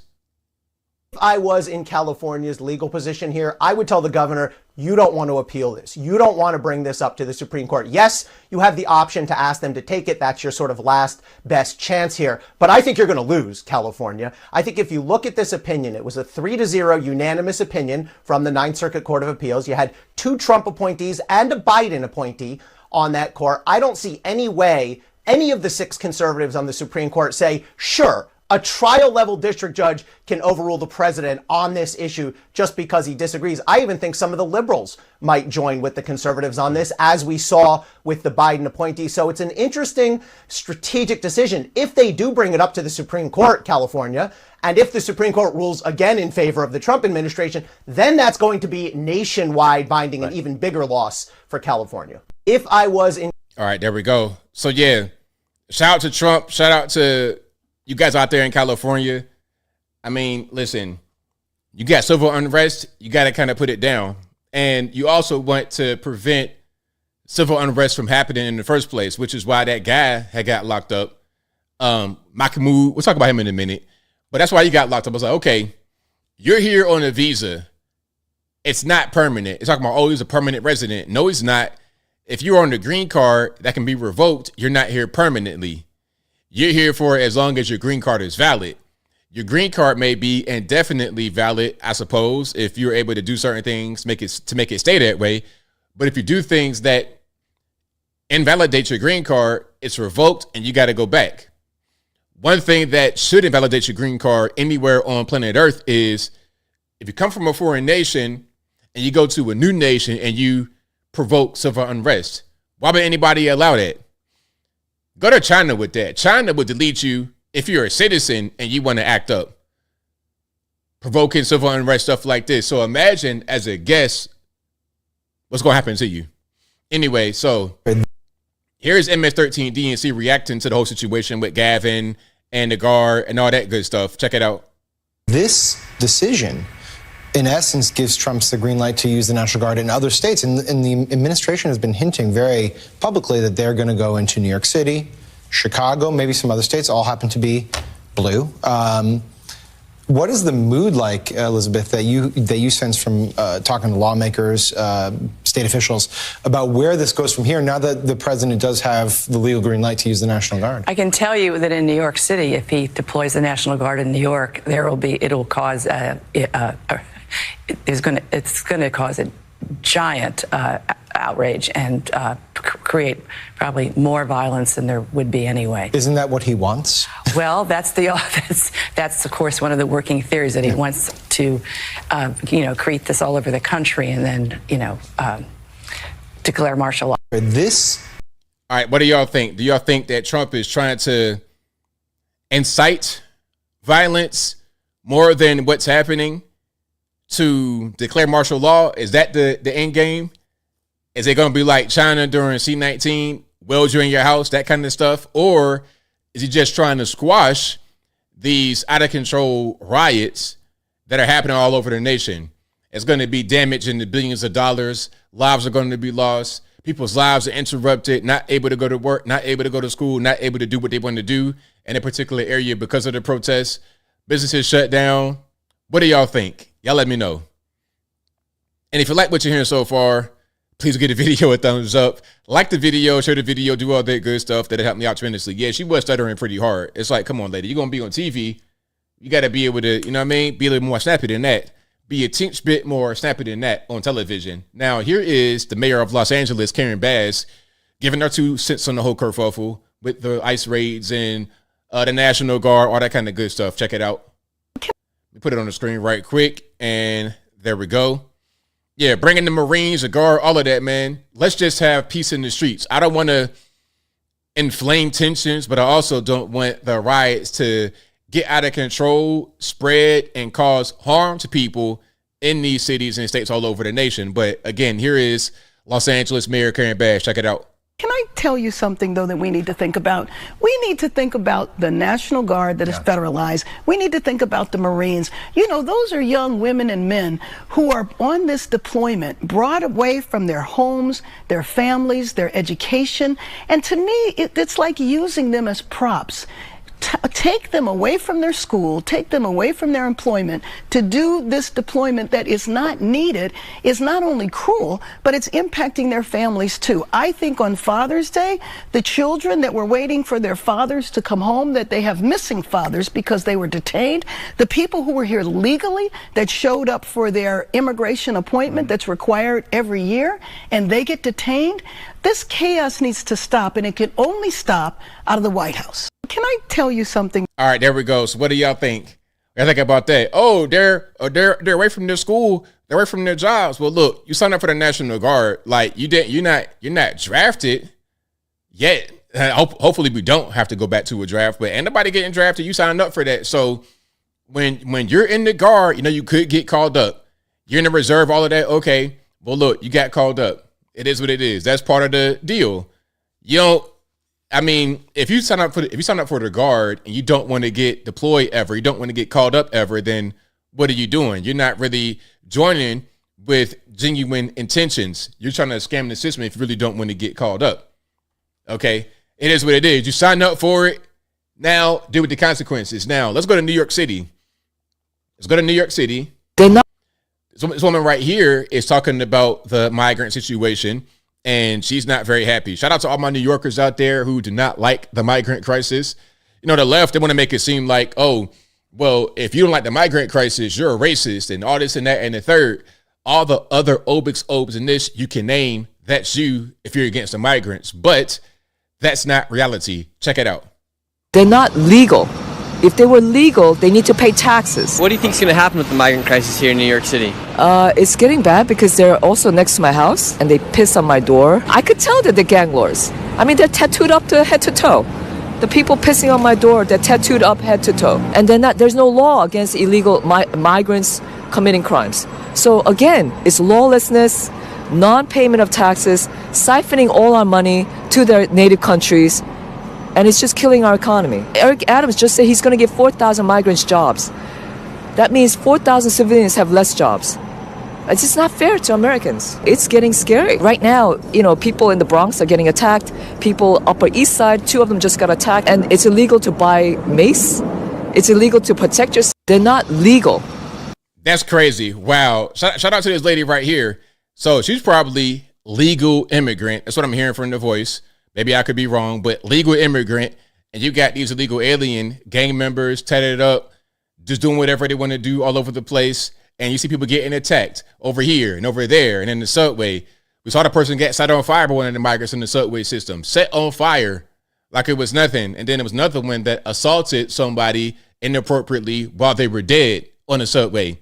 So we got a problem all over the country. And the whole thing about taxes, people say, oh, well, the migrants pay taxes, do they? If you're here illegally, you're a gang member, and all you do all day is harass people, loot, shoot, thug, drug. Are you a tax-paying citizen? Are you a tax-paying migrant? Are you a tax-paying guest? The most taxes you pay is when you go to the store and actually buy something rather than stealing it per usual. That's the only taxes you pay. Okay, that's all you do. You do whatever you want aside from that. And as far as Eric Adams giving the jobs to the migrants, shame on him. Shame on him. My question would be, what kind of jobs are these? Oh, Americans don't want to do it. It's funny. We seem to be getting along just fine before the migrant crisis as far as employment. Like, we seem to be doing just fine. It wasn't this big cry. Oh, we don't have anybody working. It wasn't this big cry. There's some vacant jobs, but it wasn't this big cry. It wasn't like we couldn't keep going as a country. We were able to operate just fine before the migrant crisis. Barack Obama was the deporter in chief, and he came before Trump. Trump did not bring all these migrants, and we were able to be fine. But all of a sudden under Joe Biden, we got to have 20 million migrants come in. Make it make sense. Make it make sense. Okay? Just piece it together for me like I'm 5 years old so I can understand. All right, now. Mahmoud Khalil, the Colombia guy, was that where he was from? The rabble rouser from somewhere Middle East. I think he's from Algeria or some random place. I don't know where he's from. Some North African, Middle Eastern type place. But anyway, so a judge ordered him to be released from ICE custody. I hope he gets sent right back to ICE custody and then out of the country. Here's my question. Why are you in ICE custody for that long? Let's go ahead and just process you, fingerprint, picture, and then send you on your way. A matter of fact, you could be in Delta first class. Y'all migrants go straight to the front of the line anyway. We're in line, okay, and then the whole line stops, and then the migrant got a special line. You got regular Americans, regular people, regular legal immigrants, one line for them. The migrants, they go right around you, do whatever they want to do. Put Mahmoud on one of those flights right back to wherever he came from. But I'm getting triggered, so I digress. A bright young man comes to the U.S. to study. He meets the love of his life. She's from the Midwest. They settle down, get married, and are about to start a family. That's a story that could describe so many New Yorkers across this city. 3 months ago today, right here in this lobby, this was Mahmoud Khalil, his wife Noor, and their soon-to-be-born child. Let's not. Okay, he's not resisting. He's giving me his food, okay? He's not, I understood. He's not resisting.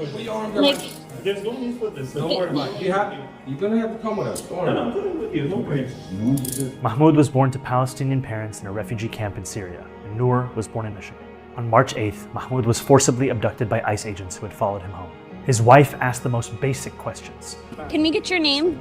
We don't give our name. What was he? Okay, so look, this kind of thing right here is like sympathetic and you're trying to feel sorry for him. But the reality is Mahmoud Khalil was here. What was it? A student visa, if I'm not mistaken, some kind of visa, green card. He's here in the green card. And he decided to engage in rabble rousing at Columbia, starting protests, quote unquote, that became riots. So if that kind of person is in your country, it doesn't matter what color they are, what their name is, what part of the world they're from. And it doesn't matter what country they're a guest in. I think all the countries would say that guy's got to go. Why would anyone invite a guest to their house who will aid in destroying their house? If you come on my house and you dig your feet in my couch, Rick James style, okay, you got mud in your cowboy boots, dig it in my couch, that's how you got to leave. How you getting mad at me? You're a guest in my house. You're not on the lease. Your name's not on the deed, sir. It's time for you to go. You and your cowboy boots can get up out of my house. Why is that a bad thing? Why should anybody be made to feel sorry for that kind of guy? Yeah, get up out of here.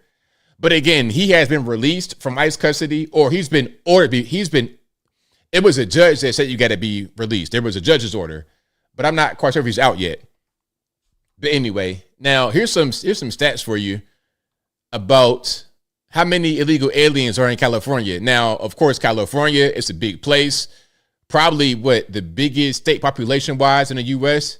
Maybe Texas is like right there with them. I say Texas, California, like neck and neck as far as population is concerned. Now, how many illegal aliens do you think are in California? Give me a number of illegals you think. Just give me a guesstimate. How many illegal aliens do you think are in the state of California? Y'all let me know. And put it on the screen right quick. Did you know that there are 22 states in the United States of America that have less than 3 million people in population total? Did you also know that in the state of California, there are 2.7 million illegal immigrants? Are you awake yet? That means congressionally and electoral college-wise, California, their illegals have as much say as 22 other states. Now, some of y'all guesses were a little bit high. It's a little bit high. It could be more than that, though. That's just what we know. Her number right there, the 2 million, 3 million, that's right around what we know. There could be more, obviously, but that's the official number from what she says. Are you awake yet? Did you know that So, yeah, and the thing about it is when you count those people and you include them in population, you're able to get congressional power. You're able to get more reps, right? More House reps based on your population. So those people, if they're not able to vote, which they want them to vote too, but they're able to be counted as far as population. Therefore, that gives California more power in Congress. See how that works? See how that works? So it's a problem. It's definitely a big problem. Oh, here's something else. So are we not going? There's a bunch of illegal aliens also on Medicaid. Okay. So look, 1.4 million illegal aliens, 1.4 million illegal aliens on Medicaid. So are we not going to talk about the 1.4 million illegals that's on Medicaid?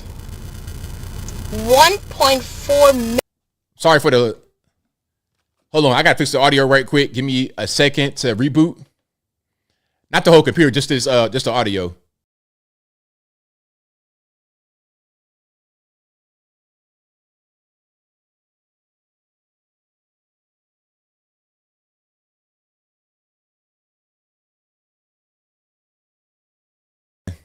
All right, we good now.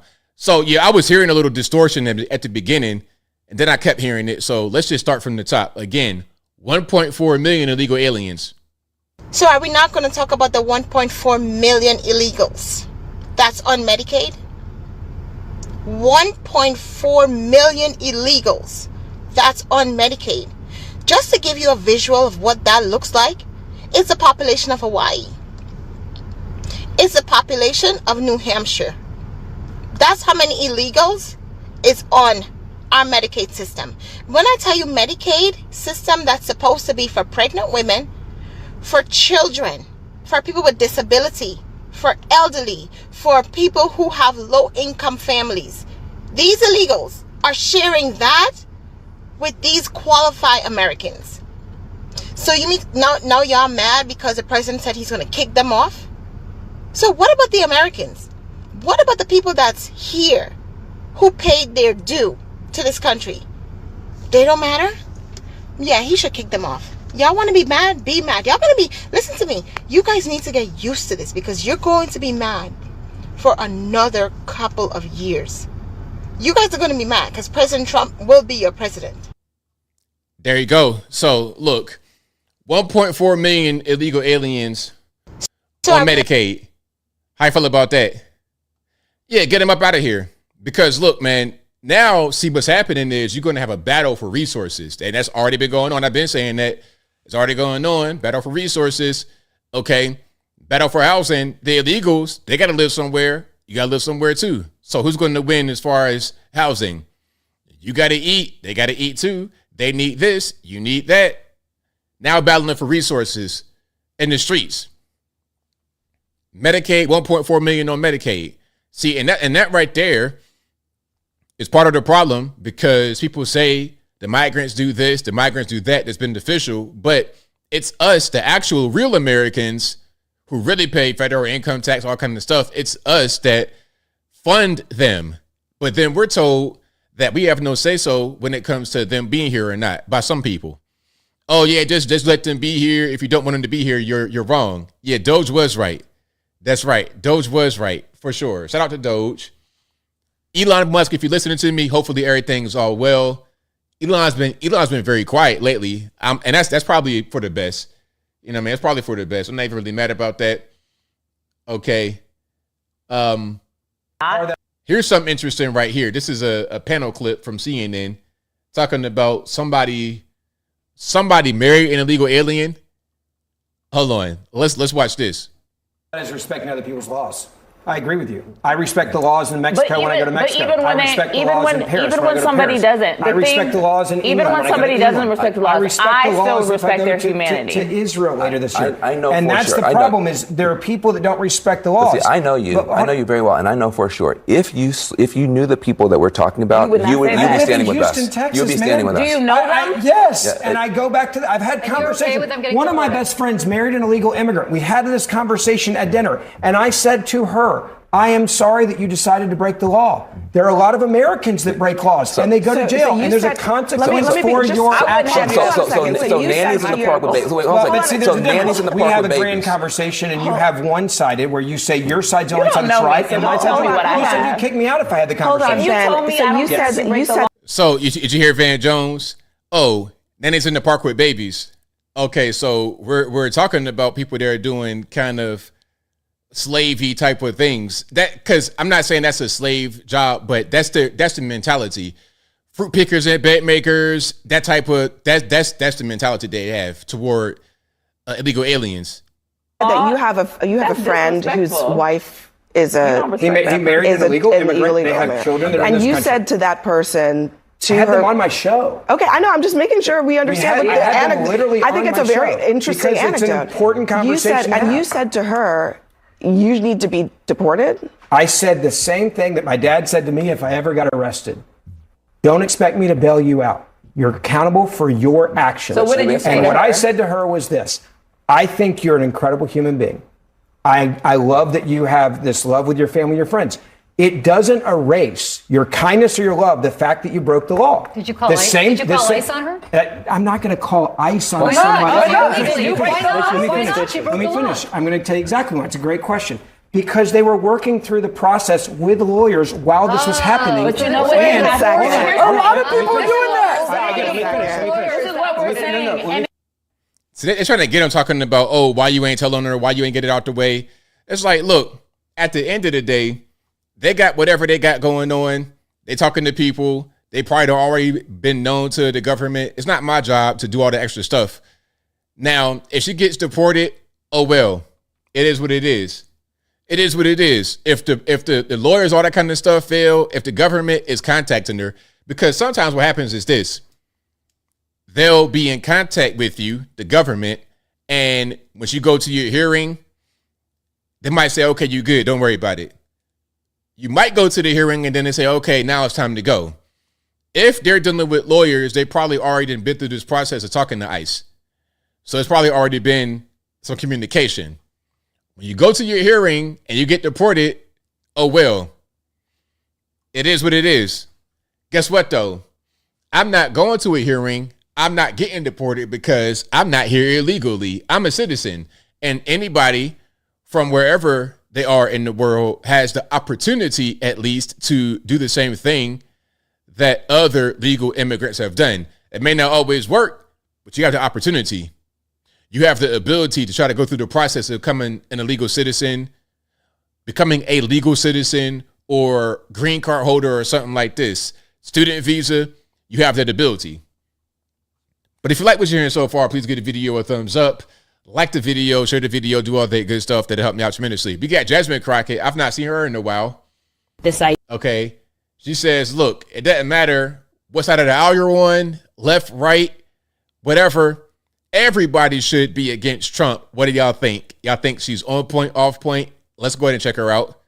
This idea that we don't care how many people get hurt. We don't care how we prostitute our service members, you know, thinking that you have your own special little army that's for you. I mean, it is sick. So I guess the idea is the service members being deployed to stop the riots in major cities across the nation, LA especially. I guess that's somehow a bad thing. So I guess the better thing to do would have been to just let it burn. Let it burn. Let LA in that particular area burn down. Let them keep destroying the Waymos, police cars, blocking roads on the interstates. I guess that would have been a better thing to do, right? Blocking emergency vehicles, people trying to have a baby, and you blocking the road and they can't get to the hospital. I guess that's better. Okay, let's keep on going.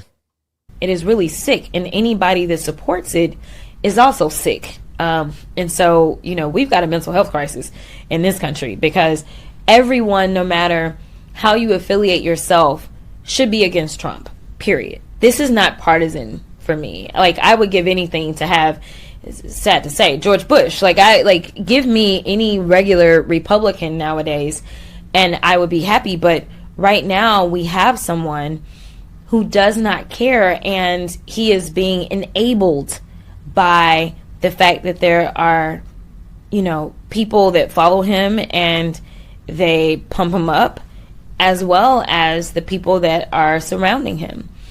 And so, you know, my heart breaks for service members, people that signed up to protect democracy and freedom, not only here, but abroad, and were willing to risk their lives. And now literally the very thing that they signed up to fight against is now their commander-in-chief. Man, this person, you know what? And the funny part is she has a bright future in the Democratic Party because they like her. They like her. They like her and AOC. They like her. Those are like your two top young people right there. There's not any men. There's not any young, relatively young men, because she's like in her 40s. How old is she anyway? She's like 47? 44. Yeah, 1981, 44. And AOC's like what, 36? 35. She'll be 36 in October. So these are like your young guns in the Democratic Party. AOC, Jasmine Crockett. Who's the young gun male in the Democratic Party? Do we have anybody? Or not we. Do they have anybody? We got some people. We got JD Vance right in the driver's seat. Okay, we got a lot of guys that's out there. We got Byron Donaldson, you know, he's doing this thing out there. We got some guys who are around that can do something in the future. Jasmine Crockett, and that's part of the problem with the Democratic Party as well.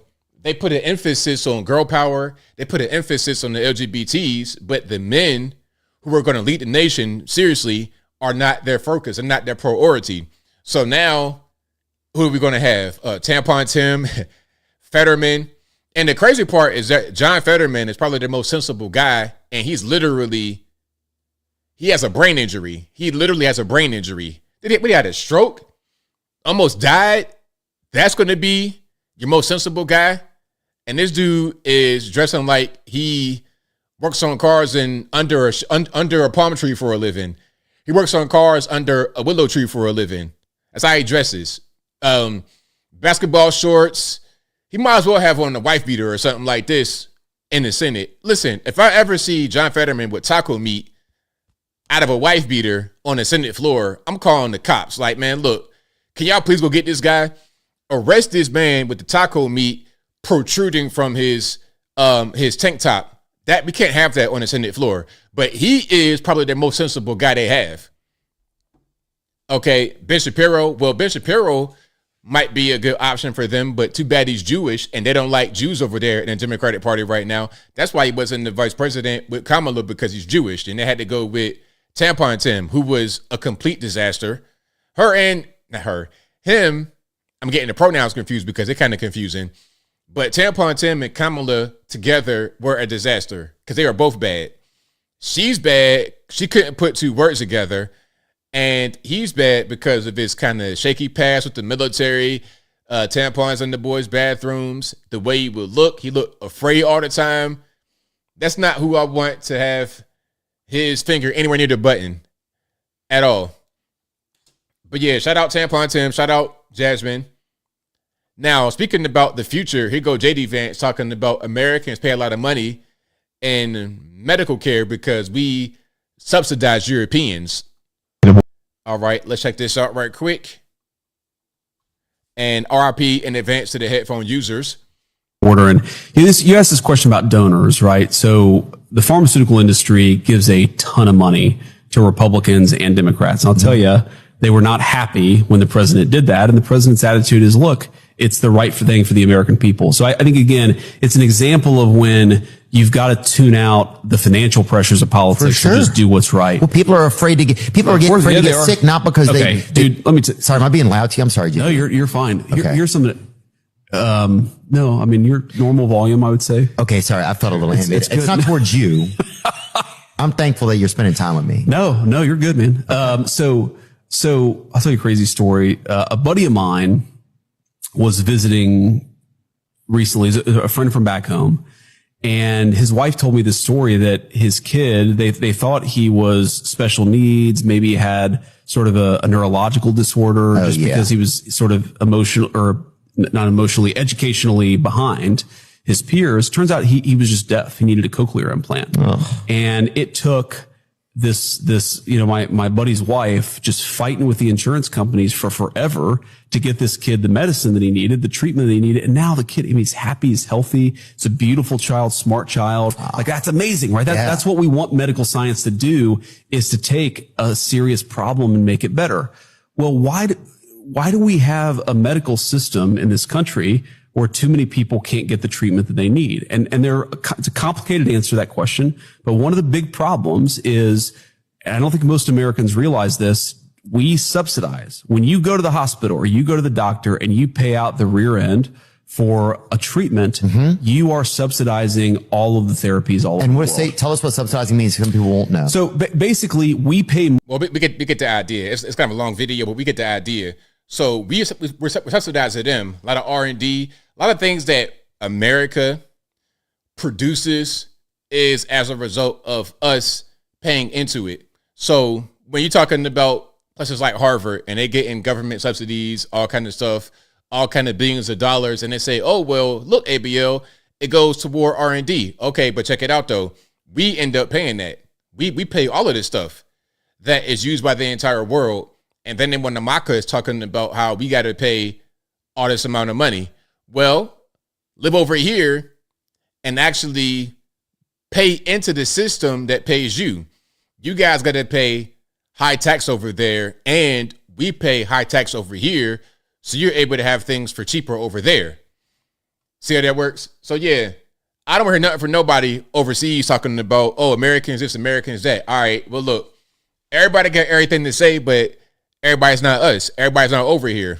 And when you are over here, you got to do things a certain kind of way. And when you don't do things a certain kind of way, that's when you got a problem, because you are being treated differently or special when we don't have that same type of option.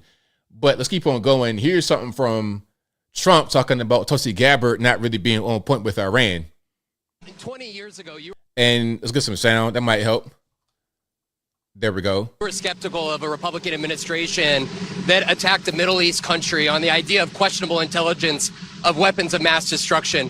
How is this moment different with Iran? Well, there were no weapons of mass destruction. I never thought there were. And that was somewhat pre-nuclear. You know, there was a nuclear age, but nothing like it is today. And it looked like I'm right about the material that they've gathered already. It's a tremendous amount of material. And I think within a matter of weeks, or certainly within a matter of months, they're going to be able to have a nuclear weapon. We can't let that happen. I was very much opposed to Iraq. I said it loud and clear, but I was a civilian, but I guess I got a lot of publicity. But I was very much opposed to the Iraq war. And I actually did say, don't go in, don't go in, don't go in. But I said, if you're going to go in, keep the oil. But they didn't do that. What intelligence do you have that Iran is building a nuclear weapon? Your intelligence community has said they have no evidence that they are at this point. Well, then my intelligence community is wrong. Who in the intelligence community said that? Your director of national intelligence, Tulsi Gabbard. She's wrong. All right, what do y'all think? Do y'all think that Tulsi Gabbard is correct, incorrect? How about Trump? What do y'all think? What's your opinion about what he's saying here? Y'all let me know. Okay, hold on. Greg says Vance is going to LA and so was ABL. Did ABL get an interview with VP Vance? I wish. That'd be nice. If I run into him on the street, I'd be like, hey man, let's get an interview right quick for the team. So yeah, that would be nice, but no, I don't have an interview with JD Vance, although that'd be fantastic. Now, here's more, and again, RIP to the headphone users. You've been making progress towards a peace deal, but I don't know if you know this, but Lindsey Graham and Mike Pompeo were there on the ground in Ukraine, seemingly doing the opposite, trying to provoke the Ukrainians to keep fighting. What do you think of that? Well, we're going to see, and people have to be very careful with what they say. They got to be very careful with their mouth, because their mouth can get them into a lot of trouble. You've been making progress towards a peace deal, but I don't know if you know this, but Lindsey Graham and Mike Pompeo were there on the ground in Ukraine, seemingly doing the opposite, trying to provoke the Ukrainians to keep fighting. What do you think of that? Well, we're going to see, and people have to be very careful with what they say. They got to be very careful with their mouth. What do y'all think? Do y'all think that there's some people out there trying to provoke a war, trying to provoke the Ukrainians to keep fighting? Lindsey Graham, I don't understand. I don't really get. He's like a war hawk, but I don't really get it. He's a confusing figure. He's a confusing figure. Now, speaking about Ukraine, now look, here is Zelensky not getting much attention because of all the attention paid to Israel, Iran, etc.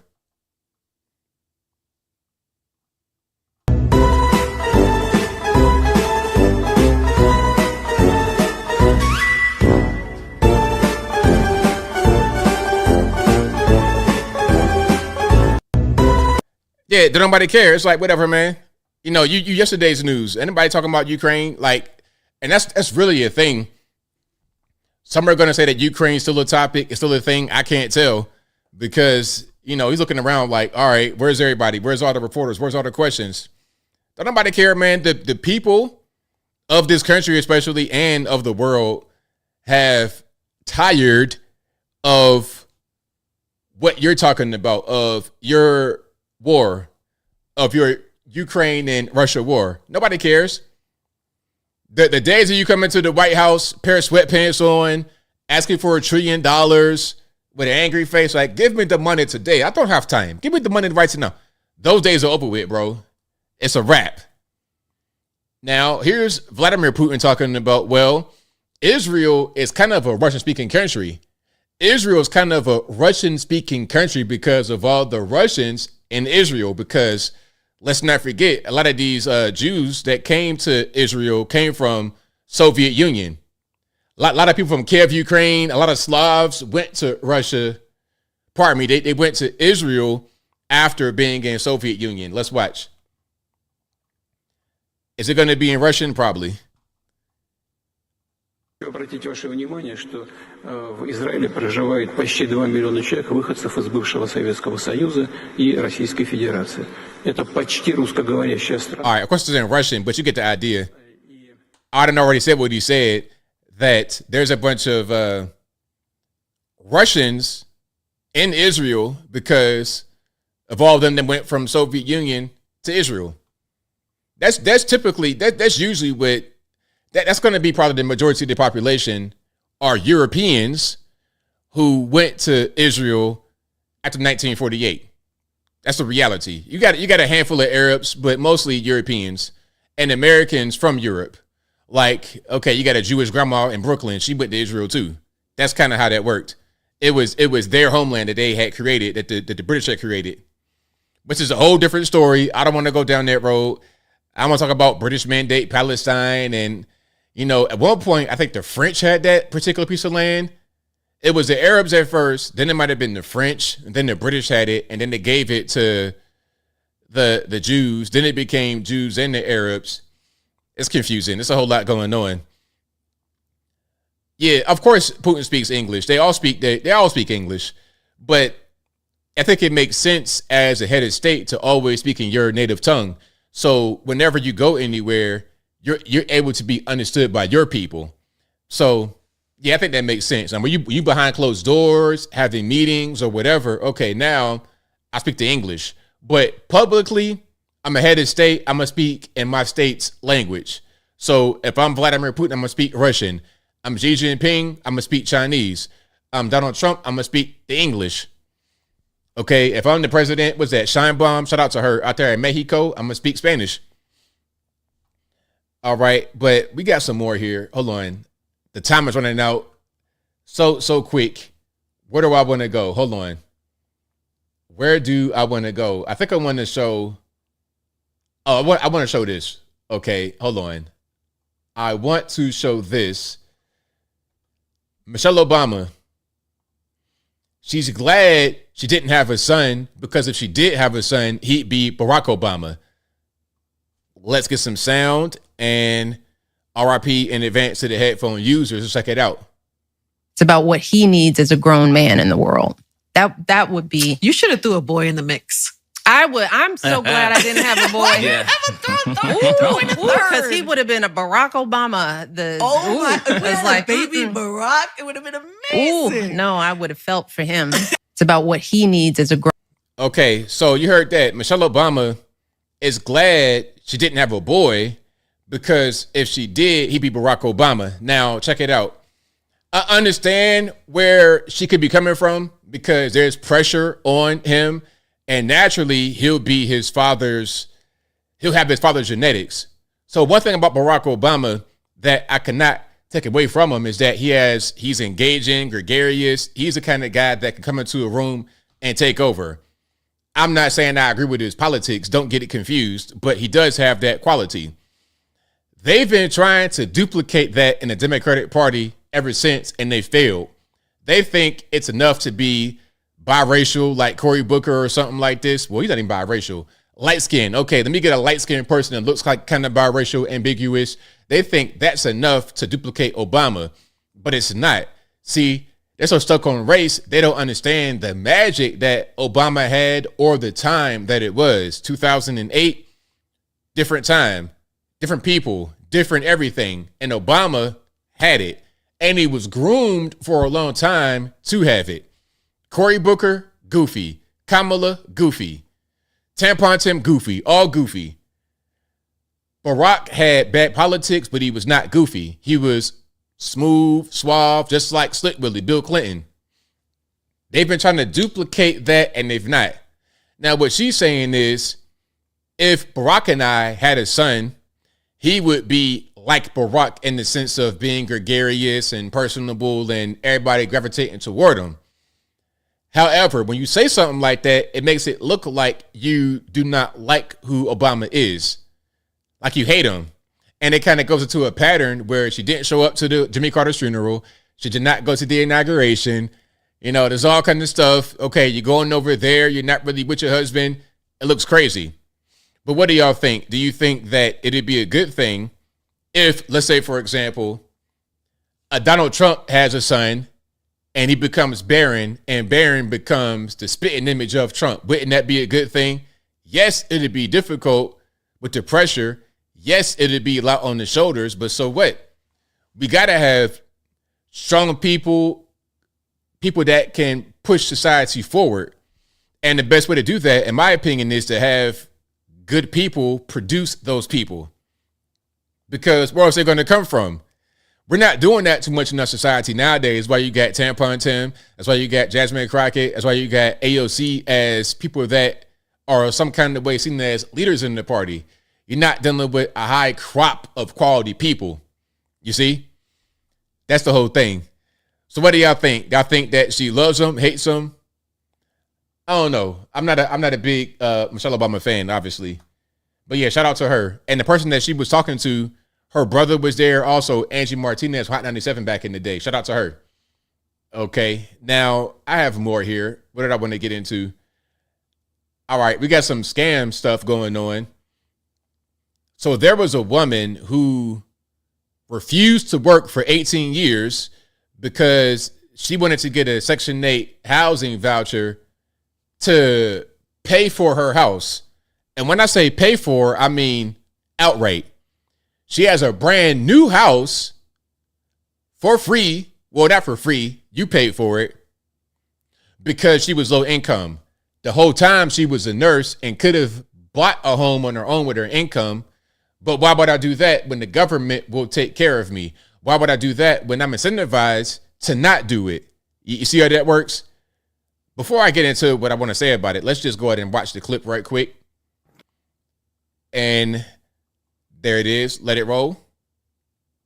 So let me tell you, I work with Section 8 all day, every day, okay?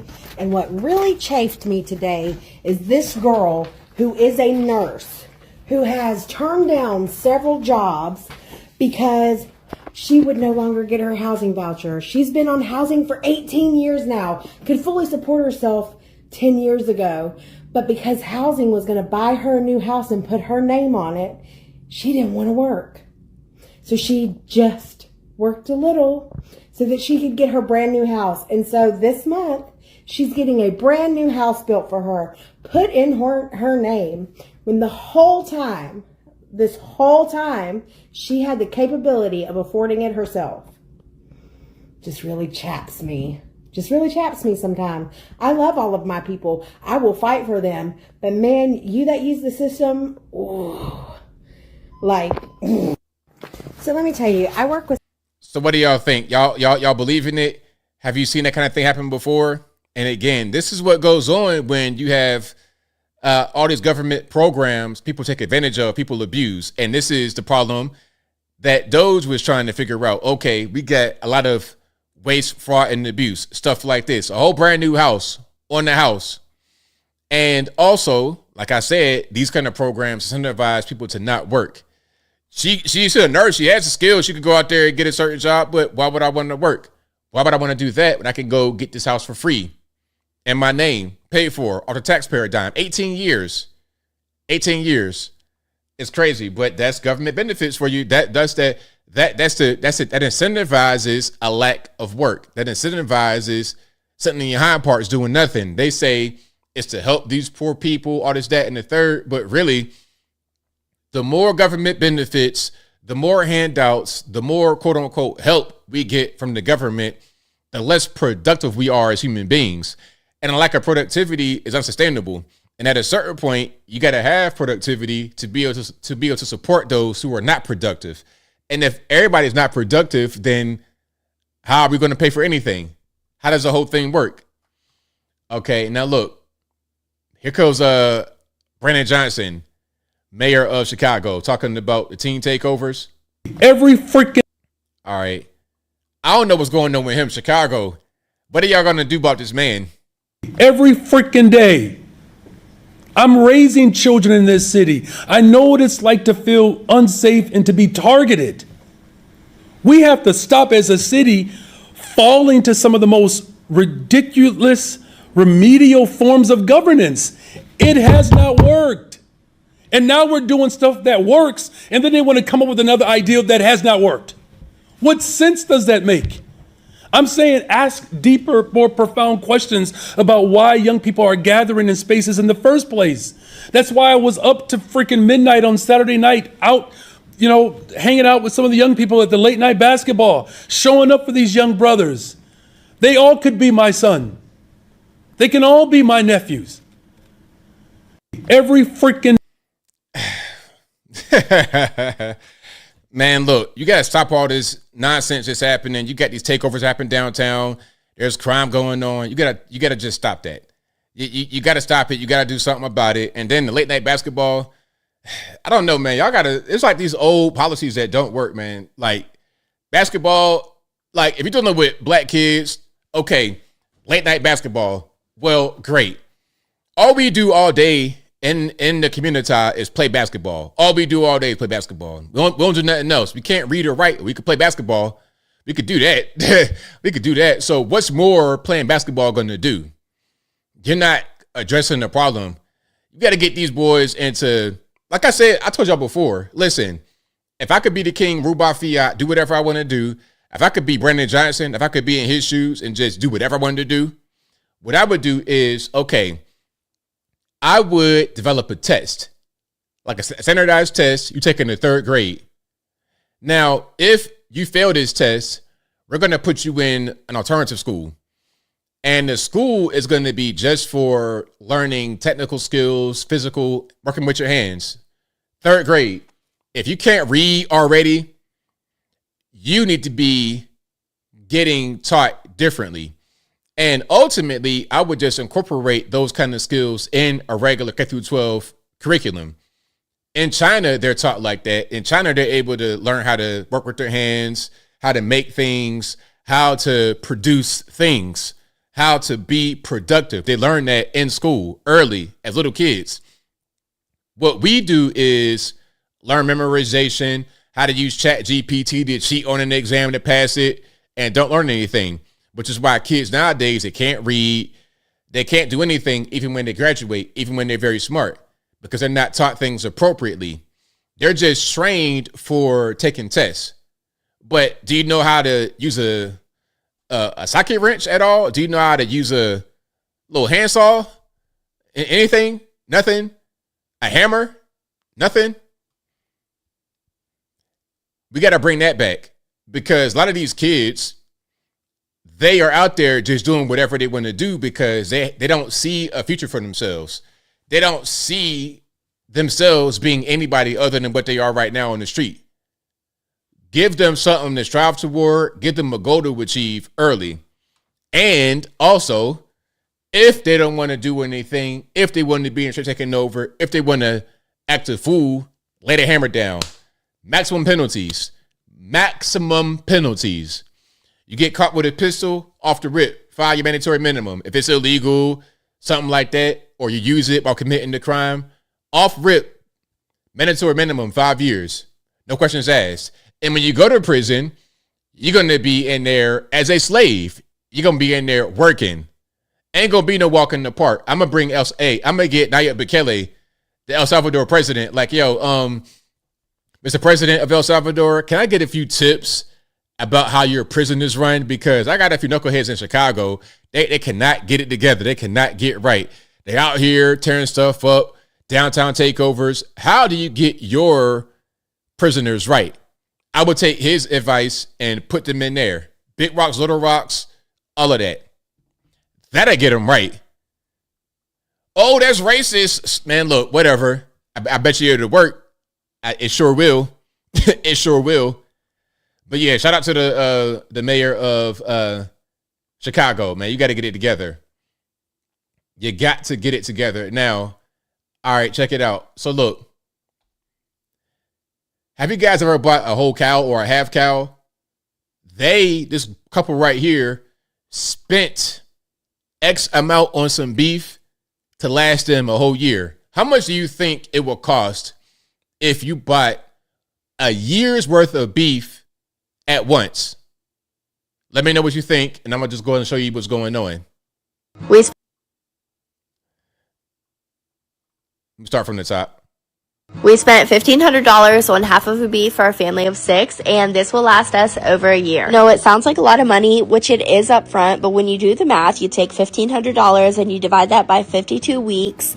That's only $28 on beef a week, and like I said, this will last us even longer than a year. We have done this for the past few years, and ever since we started, I can't even fathom buying meat at the store because I know where this is coming from. This cow is actually raised just a few miles from my house, so we know the quality of meat we're getting, we know the quality of life that the cow had before, and it really does taste so much better than anything that I could buy at the grocery store. I also love that it makes my grocery shopping each week feel so cheap because I don't have to buy a bunch of meat when I go shopping. One of my favorite hacks is to use a dry erase marker and keep track of what kind of meat I have in the freezer by writing it on the outside. Next week, we're going to go stock up on chicken that I like to buy from a local Amish store because we love a full deep freezer, but it's really in this moment that I just feel so blessed to be able to do this for my family. All right, what do y'all think? Good idea, not a good idea? What's y'all's opinion on that? To do. Now, for me, I'm not really a red meat kind of guy, so that might be a little bit much for me. I will eat some meat sometime. Like I might go to their house and be like, "Hey, man, what's for dinner? Cow. All right, cool. How we gonna eat it? Get nice steak. Yeah, let me get a steak about you. Let me get a nice steak, medium rare, nice little sear on top, kind of red, fire truck red in the middle. Let me get that all day long." But I don't do that very often. Normally, I'm salmon and rice every day. That's my normal meal. Not too much chicken, really, and not too much beef. But I will eat both. Where is it? I don't know. That's a good question. But again, $1,500 for a year's supply of beef. That's quite a bit of beef right there. Some said, who wants year-old beef? I mean, you'd be all right. You'd be okay. I mean, back in the day, we did that. Back in the day, people would can food, and people still can food. Like you put food away for the winter, and you eat it all throughout the winter. For months, you eat it. Canned food, yeah, that was the thing for a long time. It's only in recent times to where we could just go to the grocery store and get fresh food every day, or put it in the fridge for like a little while. That's kind of a modern thing. And this guy right here is going to tell you how the Chinese food restaurants are able to keep their price points low, because you go there and you're able to buy X amount of food for a certain price. Now, one thing, of course, it might not be the best quality meat in the world, but it is cheap. Now, this guy's going to explain how they do that. Okay, again, at a Chinese spot, how is it cheap like that? Let's check it out. Did you know that there's a really interesting reason why you're able to get a full meal like this for less than $10 in New York City Chinatown, despite New York City being one of the most expensive cities in the world? And according to the book From Farm to Canal Street, many of these Chinese restaurants actually have an entirely different supply chain. And most of these restaurants don't actually buy from your local supermarket. Instead, they buy from a network of farms in Florida. And most of these restaurant owners learn about this through word of mouth that eventually lead them to some random WeChat guy. And keep in mind that many of these Chinese restaurants are also family owned, keeping the cost down significantly. And many of these smaller restaurants are owned and operated by less than 3 people who all happen to be family. And an owner, for example, might have 3 different roles, such as prepping the food, taking care of the counter, and even bussing the tables. And this can dramatically lower operating costs that allows them to charge lower prices. And keep in mind that many of these Chinese restaurants also operate on volume. And this means that they have a razor-thin margin, meaning that they're trying to get in as many people as possible through the door. And thanks to many Chinese items being long on prep time but short on cook time, this allows them to churn out food as long as they prep at a volume that's unimaginable for other types of restaurants. All right, y'all are funny in the comments. They're eating the dogs. They're eating the cats. Yeah, you know what? I think, matter of fact, okay, since y'all done sparked, y'all done sparked a memory in my mind. And I probably said this story before, but I'm going to say it one more time right now since I'm right here. So many years ago, I might have been maybe like 18, 19, 20. Yeah, late teens, early 20s. I'm in Portsmouth. I'm down the street from my dad's house in downtown Portsmouth. And if you know about Virginia, you know about Portsmouth. There's this Chinese restaurant. It's very famous because it has this really ornate decoration. It's a bit dragging out in the front. It's like, dun, dun, dun, dun, dun, dun, dun, dun, like, kind of like offensively Oriental style. But anyway, I never actually went in there to get anything to eat, though, because I'm like, it looks kind of weird. But one day I'm feeling adventurous. Like, okay, let's go into the Chinese spot and get some General Tso chicken. That's my normal order. I normally go to this spot called Great Wall out there in Chesapeake. I think they got 2 Great Walls. And that's the spot I like. I called a lady. Hello, what you want? General Tso chicken. It come with egg roll, 10 minutes. That's what I get normally, right? I go into this spot, it's a little bit different. But okay, it looks weird a little bit, but I order. And I get my General Tso chicken. Now I bite into the General Tso chicken, and it's like,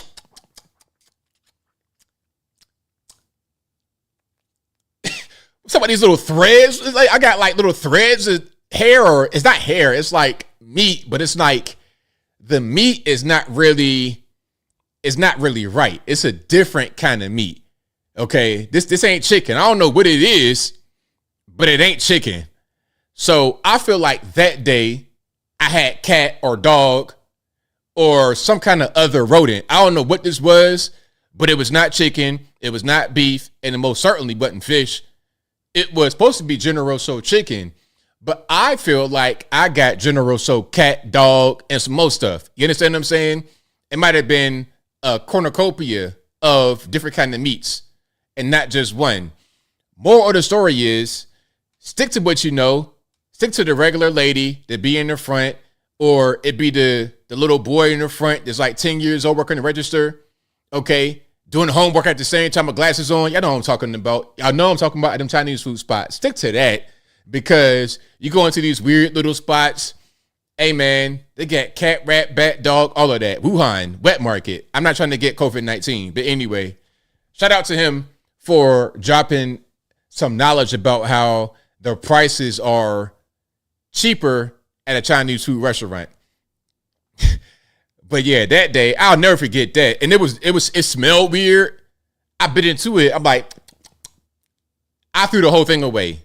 I threw the entire brown bag right in the. Okay, so I was walking past it, right?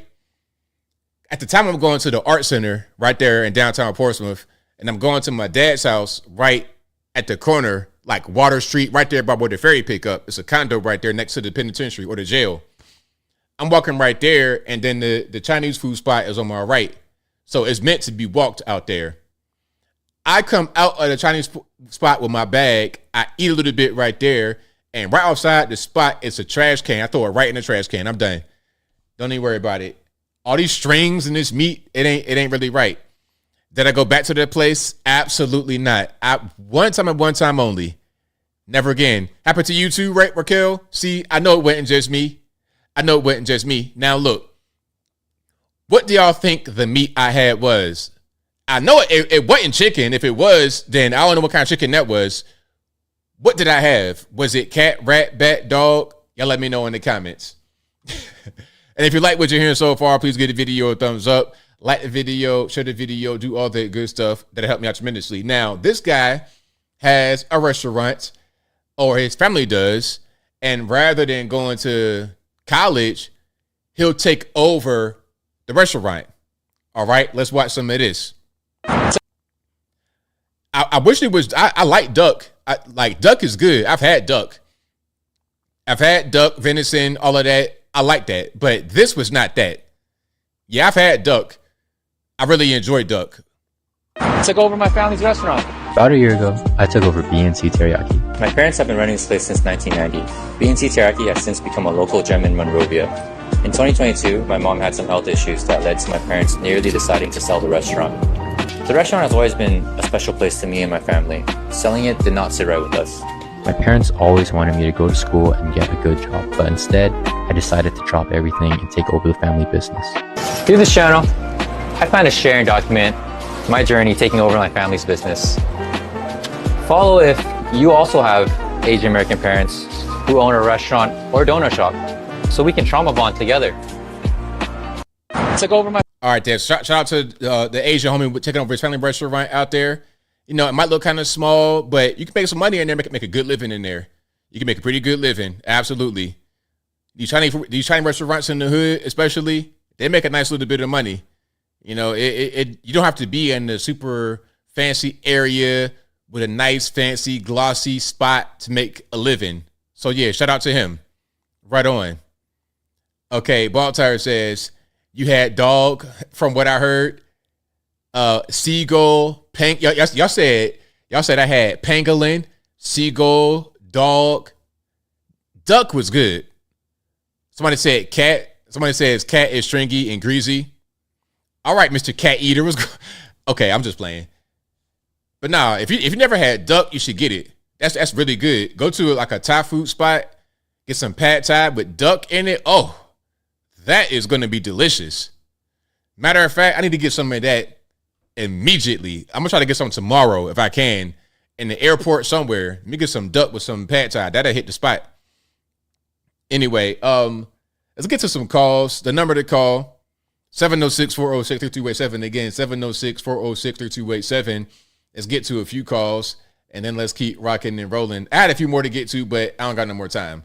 And again, the reason why I'm doing this stream right now today is because I'm not going to be able to, do anything over the weekend because I'll be traveling. Then I got to film. I'm just very busy. So I'm doing this right now before I leave out. All right, let's get to some supers if I got them.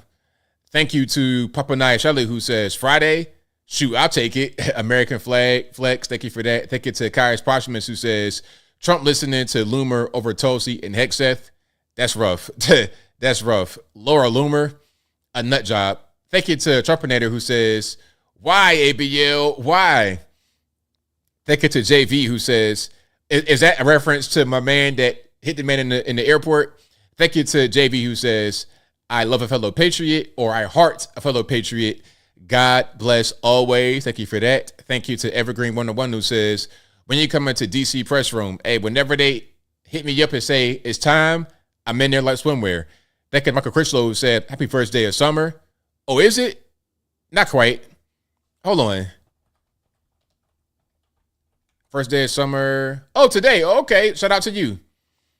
Yeah, so that's funny because normally I know these days because the last day of summer is my birthday, September 22nd. So, yeah, normally I know these days, but first day of summer, I can't wait. Let's get out there. I want it to be 100 degrees.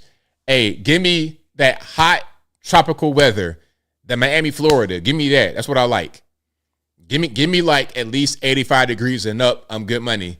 Anything below 55, I got a coat on. I'm cold. I don't like it. I was watching this video, people in UK talking about what's cold to them, and they were saying, they said what's hot. In UK, people were saying that they think 55 degrees Fahrenheit is hot. 55 degrees Fahrenheit is cold. Like we're getting to the point where it's beanie, it's jacket, it's like that. 55 degrees Fahrenheit. 85 degrees for me is perfect. 90, it's okay. It depends on the humidity. But anyway, let's keep on rocking and rolling. Thank you to Blue Baggins who says, whenever I visit my family in Tennessee, I love the deep fried snapping turtle. I have not had that before, but I got to try it. All that I've had is fried crab, like the whole, like soft shell, the entire shell. So you could fry the soft shell and eat the shell, but I've not had fried snapping turtle. Now, how is that prepared? Is it a shell, any kind of, little piece of the shell, or is it just like the inside? I got to have some of that too. I got to try. That's on my bucket list to try some snapping turtle. Right on. And if you do that in Tennessee, is it a restaurant you go to or do they cook it? Your family cook it? Let me know. All righty. Let's get to some calls. The number to call again, 706-406-3287. And let's turn that on and get rolling. But yeah, I've never had snapping turtle. I wonder how that is. I wonder what the texture is on that. Got to come to Hawaii. I got to go to Hawaii. I got to check it out. Hold on. Jake says, I like being outside. Above 78 is not enjoyable when doing work. Excuse me. Evergreen says it was 71 today. Very nice. That's a good little temperature. Nice little, if you get a cool breeze especially, you're good to go. 96 on Monday. Where is that, Exotic? Yeah, that's a little up there. I'm not mad at it though. Yeah, and then a turtle. I feel like turtles, they kind of like off limits. If you have a turtle, you might get in trouble for that. You might get in a little bit of, it might be an issue. All right, but again, 706-406-3287. It may be a lot of calls tonight because y'all weren't ready for the stream. So people that might want to call are not prepared to call, but that's fine. Jeep guy says, what does chicken taste like? You don't know what chicken tastes like, bro? You've never had chicken before? How is that possible? All right, Blue Baggin says, my family are real life country folk in Columbia, Tennessee. Oh, okay. On the inside, they cut out the shell. It's like chicken, but better. Okay. Yeah, I might have to go, hey, man, I might have to go get a plate from your people, man. As soon as you hear you out there in Columbia, hey, this guy, ABL, wants a plate of that turtle. Yeah, give me some of that. Give me some of that turtle for sure. Tastes like chicken. Hey, Sharon says no turtles or soft shell crab. Soft shell crab is good though. You gotta try it at least. I've never had beaver. No. Yeah, I had escargot. It's all right. I mean, some of this stuff, it don't really be all that. Like, I've had squid, eel, all of that. It's good. 231, you're online. What speaker to? Hello? ABL, what's up, bud? It's all good, man. What's happening? Oh, not too much. This is Justin up in Michigan. All righty. I just wanted to call and talk about some of all the crazy shit that's going on all over the country. Sorry about my language. It's a habit. Just some of the crazy stuff that's going on all over the country. I'm not sure if you've ever heard of, like, the Iron Crosses or the Scottish Rite. But I've drawn a conclusion here on all the pink stuff, all the pink dots, all the pink lines. It seems like everything that's going on, every headline, there's a little pink dot or a little pink line. And if you look at it and you go through all this stuff, they all seem to have some sort of connection to human trafficking and drugs, fentanyl, the Chinese, the Russians. If you go through it, it's just all connected. And we have a serious problem in this country where people need to wake up and realize that their children are going to know what happened to them, how much they mattered to their parents.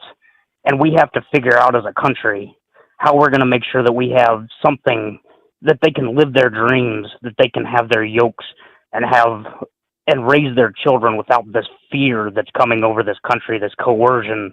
We have to stand up as a country and not allow it, and just know better. This MK Ultra stuff, the mob, Cuba, Las Vegas, Operation Paperclip, it adds up over the years, and it's all one big mechanism. And I wanted the opportunity to say that because I think the whole country is thinking it right now. Well, thank you for your call, man. Definitely appreciate you. I appreciate you. Thank you, ABL. All righty. Bye. All right, so there we go. Shout out to my man. And I don't know, what do y'all think about that? I think, everybody has their opinion about certain things. What do y'all think? On point, off point, somewhere in between? Y'all hit me up.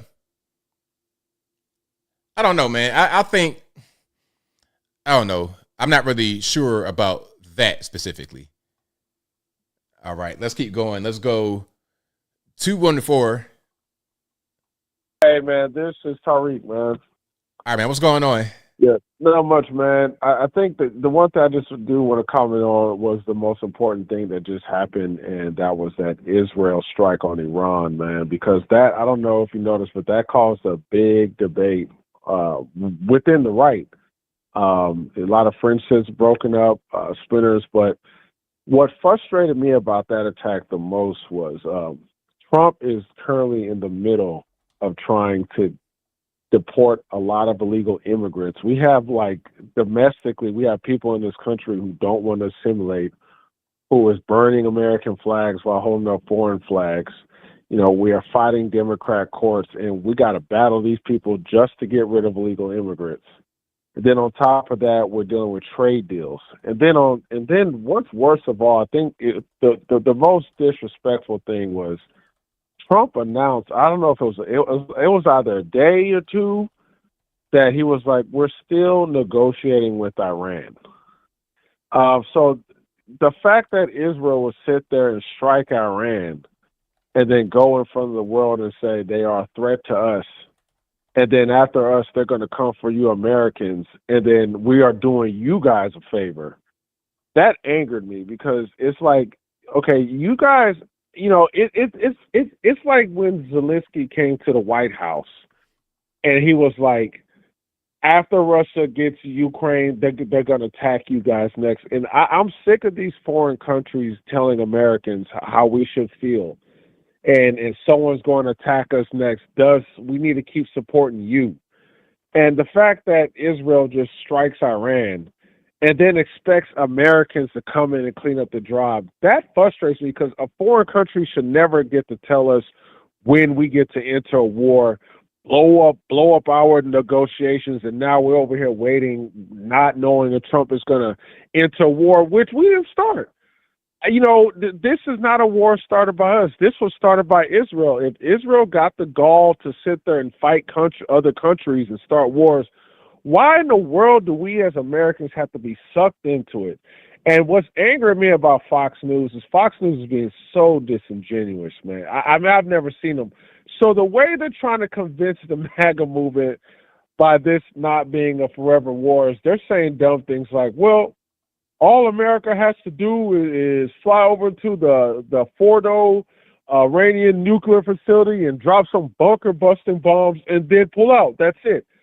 Do these people not understand the moment we shoot a missile into that country, that is an act of war?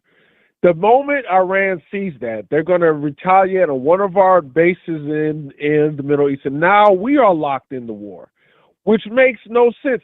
Other countries are just sitting back, focusing on their economy, minding their own business. But Israel sits there and launches the war. They don't have the capacity to take out all of the uranium facilities, and they expect the American boys to jump in and clean up for them. And I'm glad, you know, that the MAGA right, the American First MAGA right, pushed back. You know, I don't know if you saw that Tucker Carlson versus Ted Cruz, but that's the problem with some people on the conservative movement when it comes to foreign policy. A lot of them think Israel is this biblical country that we got to support. It's just unwavering. They don't really give any other reasons why.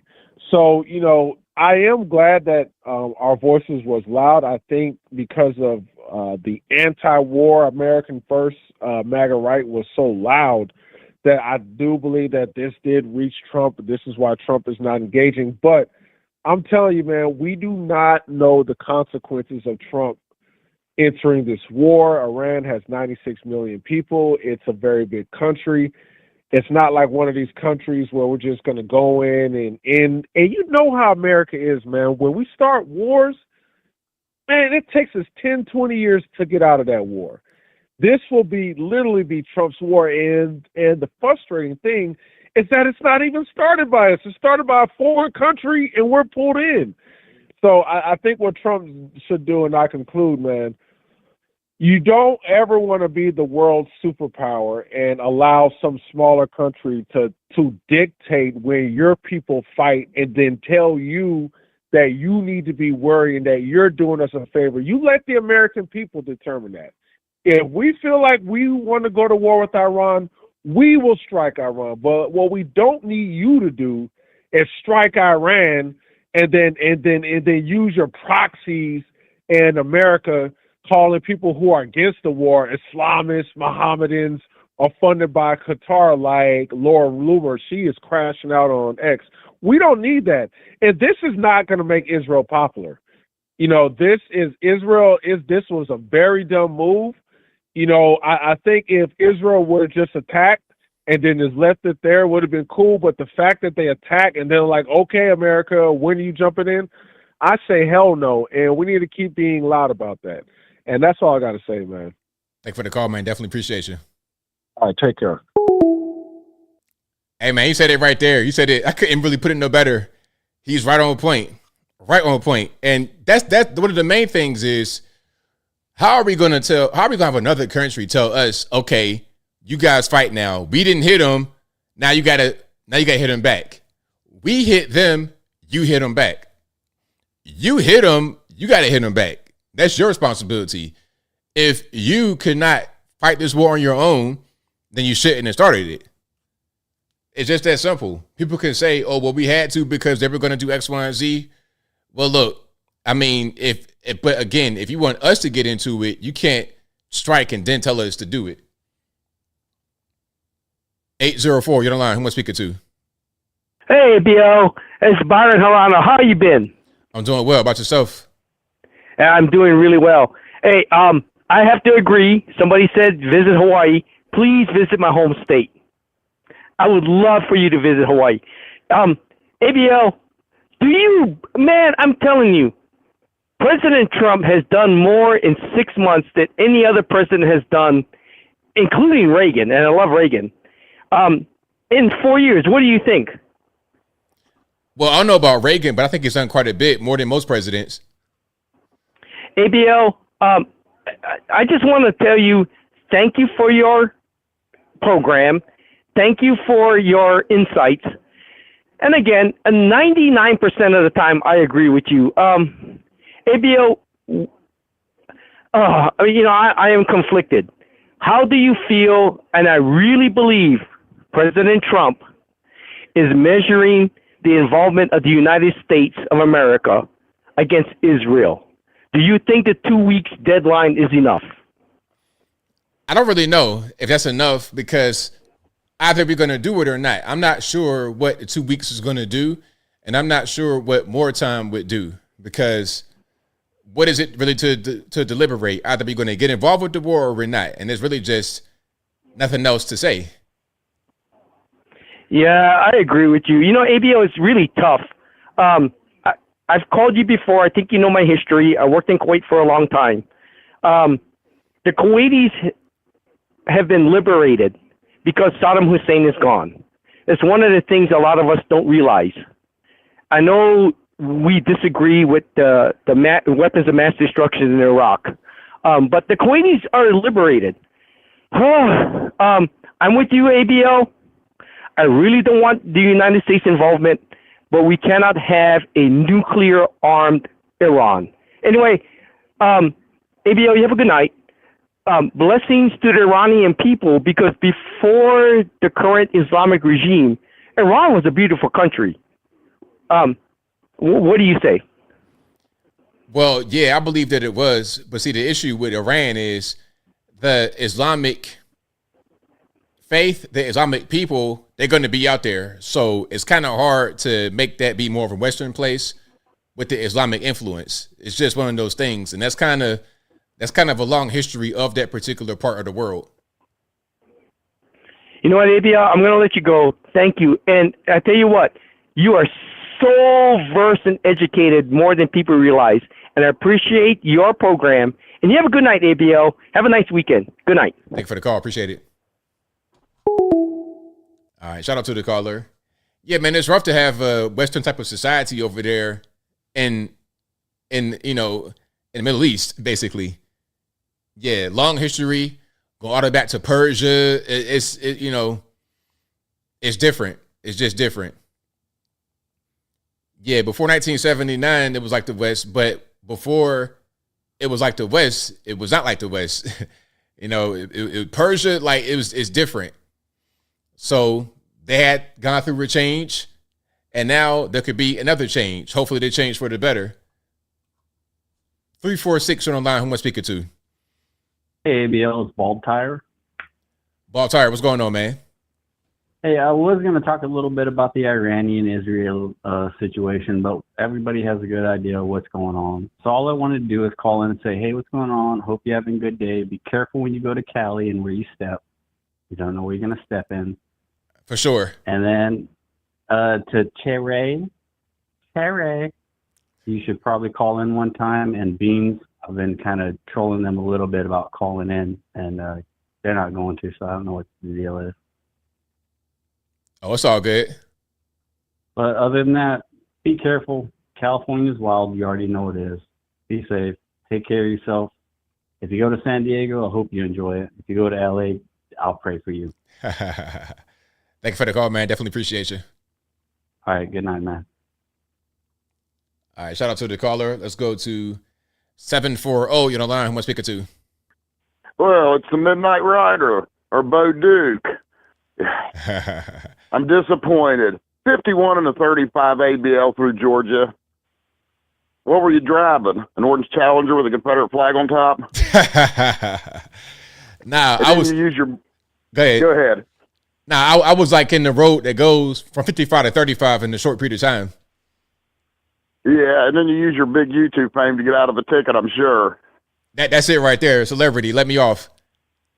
I'll tell you what, on your trip to California, why don't you do everybody else on the highway and just take your private jet, big shot? But it would have been great, ABL, if it would have been a couple lady cops that pulled you over that watch your show frequently. Oh, yeah, that would have been interesting. We need to ask you a few questions, Mr. ABL. I'm Officer Sharon Tasers. Weren't you the one asking something about a bear and a female cop in the middle of the woods? Oh, yeah. I think that might have been on Temple, yeah. Yeah, that would have been bad if it had been some female cops pull you over, man. Yeah. Well, I just thought I'd call it and joke with you about that a little bit. I was surprised to see you on Friday, to be honest with you. But, man, listen, we hope nothing goes bad over in Iran and stuff. Everybody just kind of pray for it, really. It's all you can do. I'm disappointed in Donald Trump doing this myself, even though I support some of his policies. But, all we can do is maybe make our opinions known. So good luck with everything, everybody. And we'll talk to you later, ABL. Thank you for the call, man. Definitely appreciate you. All right, bye. Always a great call. Shout out to him, 100%. But yeah, that little area I was at, it goes 55, like most of the road 55. It's like a little country back road, little two lane country back road, kind of a pseudo highway, like a route people go. And really, you go that way to get to the interstate. And most of the road is like country, it's farms and stuff out there, 2 lanes. One going one way, one going the other way. I put it to you this way. It's one of them roads where it has a dotted yellow. So normally, if you at night, it's 65 right there. People are zooming. And if you're going 55, they're going to pass you in the other lane. But it just happened to be a trooper right there because they were trying to enforce the slowdown because right when it slows to 35, 55, it's a turn. And people sometimes are going too fast on that turn and they crash. Or it's another turn that goes to the right rather than the left, and people go too fast on that turn as well. 859, you're online. Who am I speaking to? Hey, ABL, how's it going, buddy? It's your Luciferian Libertarian friend here, just working as usual. I was going to ask you a question since Iran and, Israel and Palestine are throwing heaps and fights and throwing fists down the bars and stuff like that. And, the other guy whistled at some of my other guy's girl and they're about to go outside. My question is, Pakistan and India are throwing fists with each other. What's up with that? Do you got any information about that, my friend? Well, that's kind of been going on for a very long time, going all the way back to the partition where a bunch of people died. But that was the British that did that. But even beyond then, it's been a bunch of back and forth. I think the main thing is about that particular territory. What's that? The Punjab, like that area up there is really heavily contested. I think China is right there. Pakistan is right there. India is right there. And they all want it. And India and Pakistan specifically want that area. So there's been a few skirmishes over that specifically. Recently they've been having a few skirmishes and stuff like that. I've saw in the news, and it's kind of funny thing is they had an attack that happened. I kind of predicted it because I kind of knew about the history between them two. They always had beef with each other, like Israel and Palestine. But and the funny thing is, I was looking through the history, saying, man, one day if World War III happens, goes down, they're gonna have beef with each other. Well, I think I spoke too soon when that happened, right? Yeah. Well, I thank you very much, ABL, for taking my call, Luciferian Libertarian down. I appreciate it. I gotta go back to work and kick it 420, man. See ya. Thanks for the call. Appreciate it. Hey, no problem, man. You keep on making content, bro. Right on. All right, so I said Punjab, but really it's Kashmir, which is right there. The northwestern part of India and the northeastern kind of almost central part of Pakistan. The Punjab, that area right there. Punjab is right below Kashmir. But that area, and then China is right there. Tibet, which is China. All of that is right there. So it gets kind of serious as far as the geopolitical interest. 559, you're the line. Who am I speaking to? ABL, Patrick from California. How's it going? Going pretty well, man. About yourself? Hey, good, man. What do you think China's flying in there into Iran? Oh, China, they're going to be supplying Iran with the weapons. Like, I think they've already done it. I was watching Temple, it might have been the other night, and they had an expert call in, and the expert says that there was some, well, they know there were some cargo planes that came in to Iran from China, and then they were wondering what was in the planes, and the expert said that there's probably weapons, like long-range missiles, fuel, stuff like that. So their involvement will be with supplying them with weaponry or whatever else they need.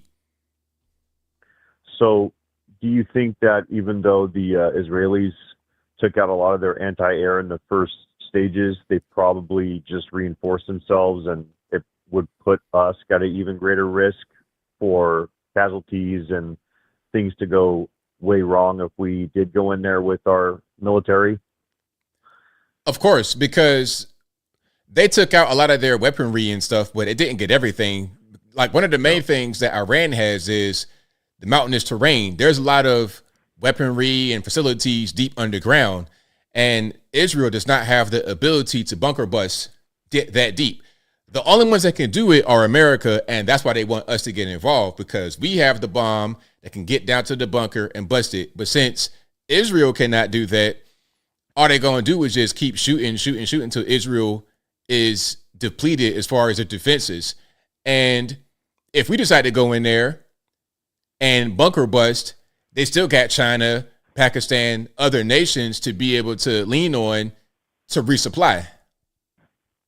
Do you think Trump should take Putin seriously, that if we do go into Iran, that it would be crossing a whole different threshold as far as the nuclear threats go, striking the facility with a strategic nuclear bomb, I suppose, for like, is that what it's called, a strategic nuclear bomb? Yes. Do you think that, Putin's bluffing, or do you think that we should take his words rather serious at this point? Because I know that they're pretty much the same type of allies with Iran as that we are with Israel. We're like basically military protectorate. So do you think that Putin would respond in any sort of an action militarily if we went in with the troops, or do you think that he's too tied up in Ukraine? Well, I'm not quite sure about Putin's involvement, but as far as his warning about that line being crossed, he's correct, because I think that's been kind of an obvious thing for a long time. Iran, that's the war to end all wars. That's it right there. Like, there's no other place you could really strike. Like, the only way that you could really have a worse situation is if you struck China or something like that, which will obviously be the wrong thing to do. Right. Well, hey, ABL, I agree with you 100%. Going in Iran would be all bad, and I'm praying to God that Trump comes to his senses, does not listen to Laura Loomer about military strategy more than Hegseth or his own DNI, Tulsi Gabbard, and that we can find a resolution with all of this. Anyway, ABL, I appreciate it so much, sir. God bless you, and God bless the United States of America. Take care. Thank you for the call, man. Definitely appreciate you. All right, shout out to the caller. But yeah, striking Iran will most certainly be a mistake, in my humble opinion. Yeah, that'd be a mistake. I don't think we should do that. Not at all. Not in the least bit.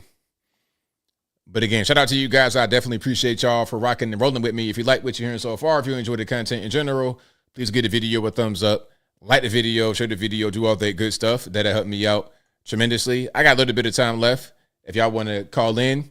And again, the reason why I'm doing this stream tonight is because I will not be here on tomorrow like normal, because I got to be out here going to Los Angeles for you guys to record some stuff. And I got to go down to the beach, get a nice suntan, like how I do, and enjoy myself when I'm not working for you guys. That is going to be a good piece of content, I think. I think it'll be pretty good. So y'all will see. And I'll probably record some other stuff while I'm out there too. So we'll just have to see about that. All right, let me see. But I'm reading some of you guys' comments. Let me see. Byron says, Sue. Hold on. Maybe I'm not really knowing the context of that. Greg says, are we living in the real life version of the game Risk? Who are the players that are still left on the board? Always focus on Australia, and then Asia equals world domination, baby. All right. Let me see. Yeah, I got it. I'm a little bit pale, Beans. I gotta get some color on my, hey, I want to get the orange. Get some of that orange. Hey man, I gotta get some of that patented Trump orange, RFK orange. Let me get that all day long. Alrighty. Okay, so alrighty. I appreciate y'all. That'll be a wrap for me. Thank y'all for joining me on a Friday, on an off day, on short notice, I suppose. I appreciate y'all. Thank y'all for always supporting me. Y'all know how much it means. I'll be back live on Tuesday on the Instagram live. And shout out to you guys who were there on the Instagram live. I really enjoy doing those. I think I'm going to start chopping some of those Instagram lives up and putting them up for you as a regular, like a short video. And you guys are really loving the short videos a lot. I'm going to do a lot more short content because that's what a lot of you guys want. I'll still do some of the, the 10-minute, but I feel like the shift that's happening right now is people want more short form content. They want short videos and they want interactive content where we could talk like this. So I'm going to do a lot more of that, a lot more short content, and a lot more, like interviews and that kind of thing. So you'll get a lot more of that kind of stuff, but I'll also give you the news updates.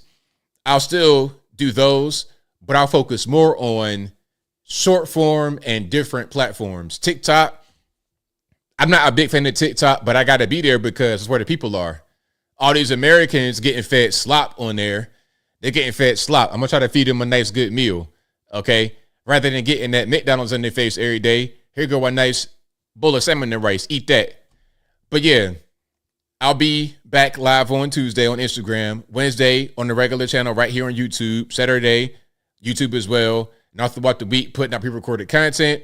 But that'll be a wrap for me. Hold on. Bryce says, don't be like the interactive and the full videos, old school. I got you. I'm going to still do my full videos as well, Bryce. I got you. But I think the younger generation especially, and even the older generation, because on Facebook, they eating them short videos up, and the audience is 55 and up. My Facebook audience, 55 and up. And they love them short videos. And they also like they like the longer ones too. But yeah, I will still keep doing all that stuff for you guys. All the above. No content will take a hit. Put it to you that way. Alrighty.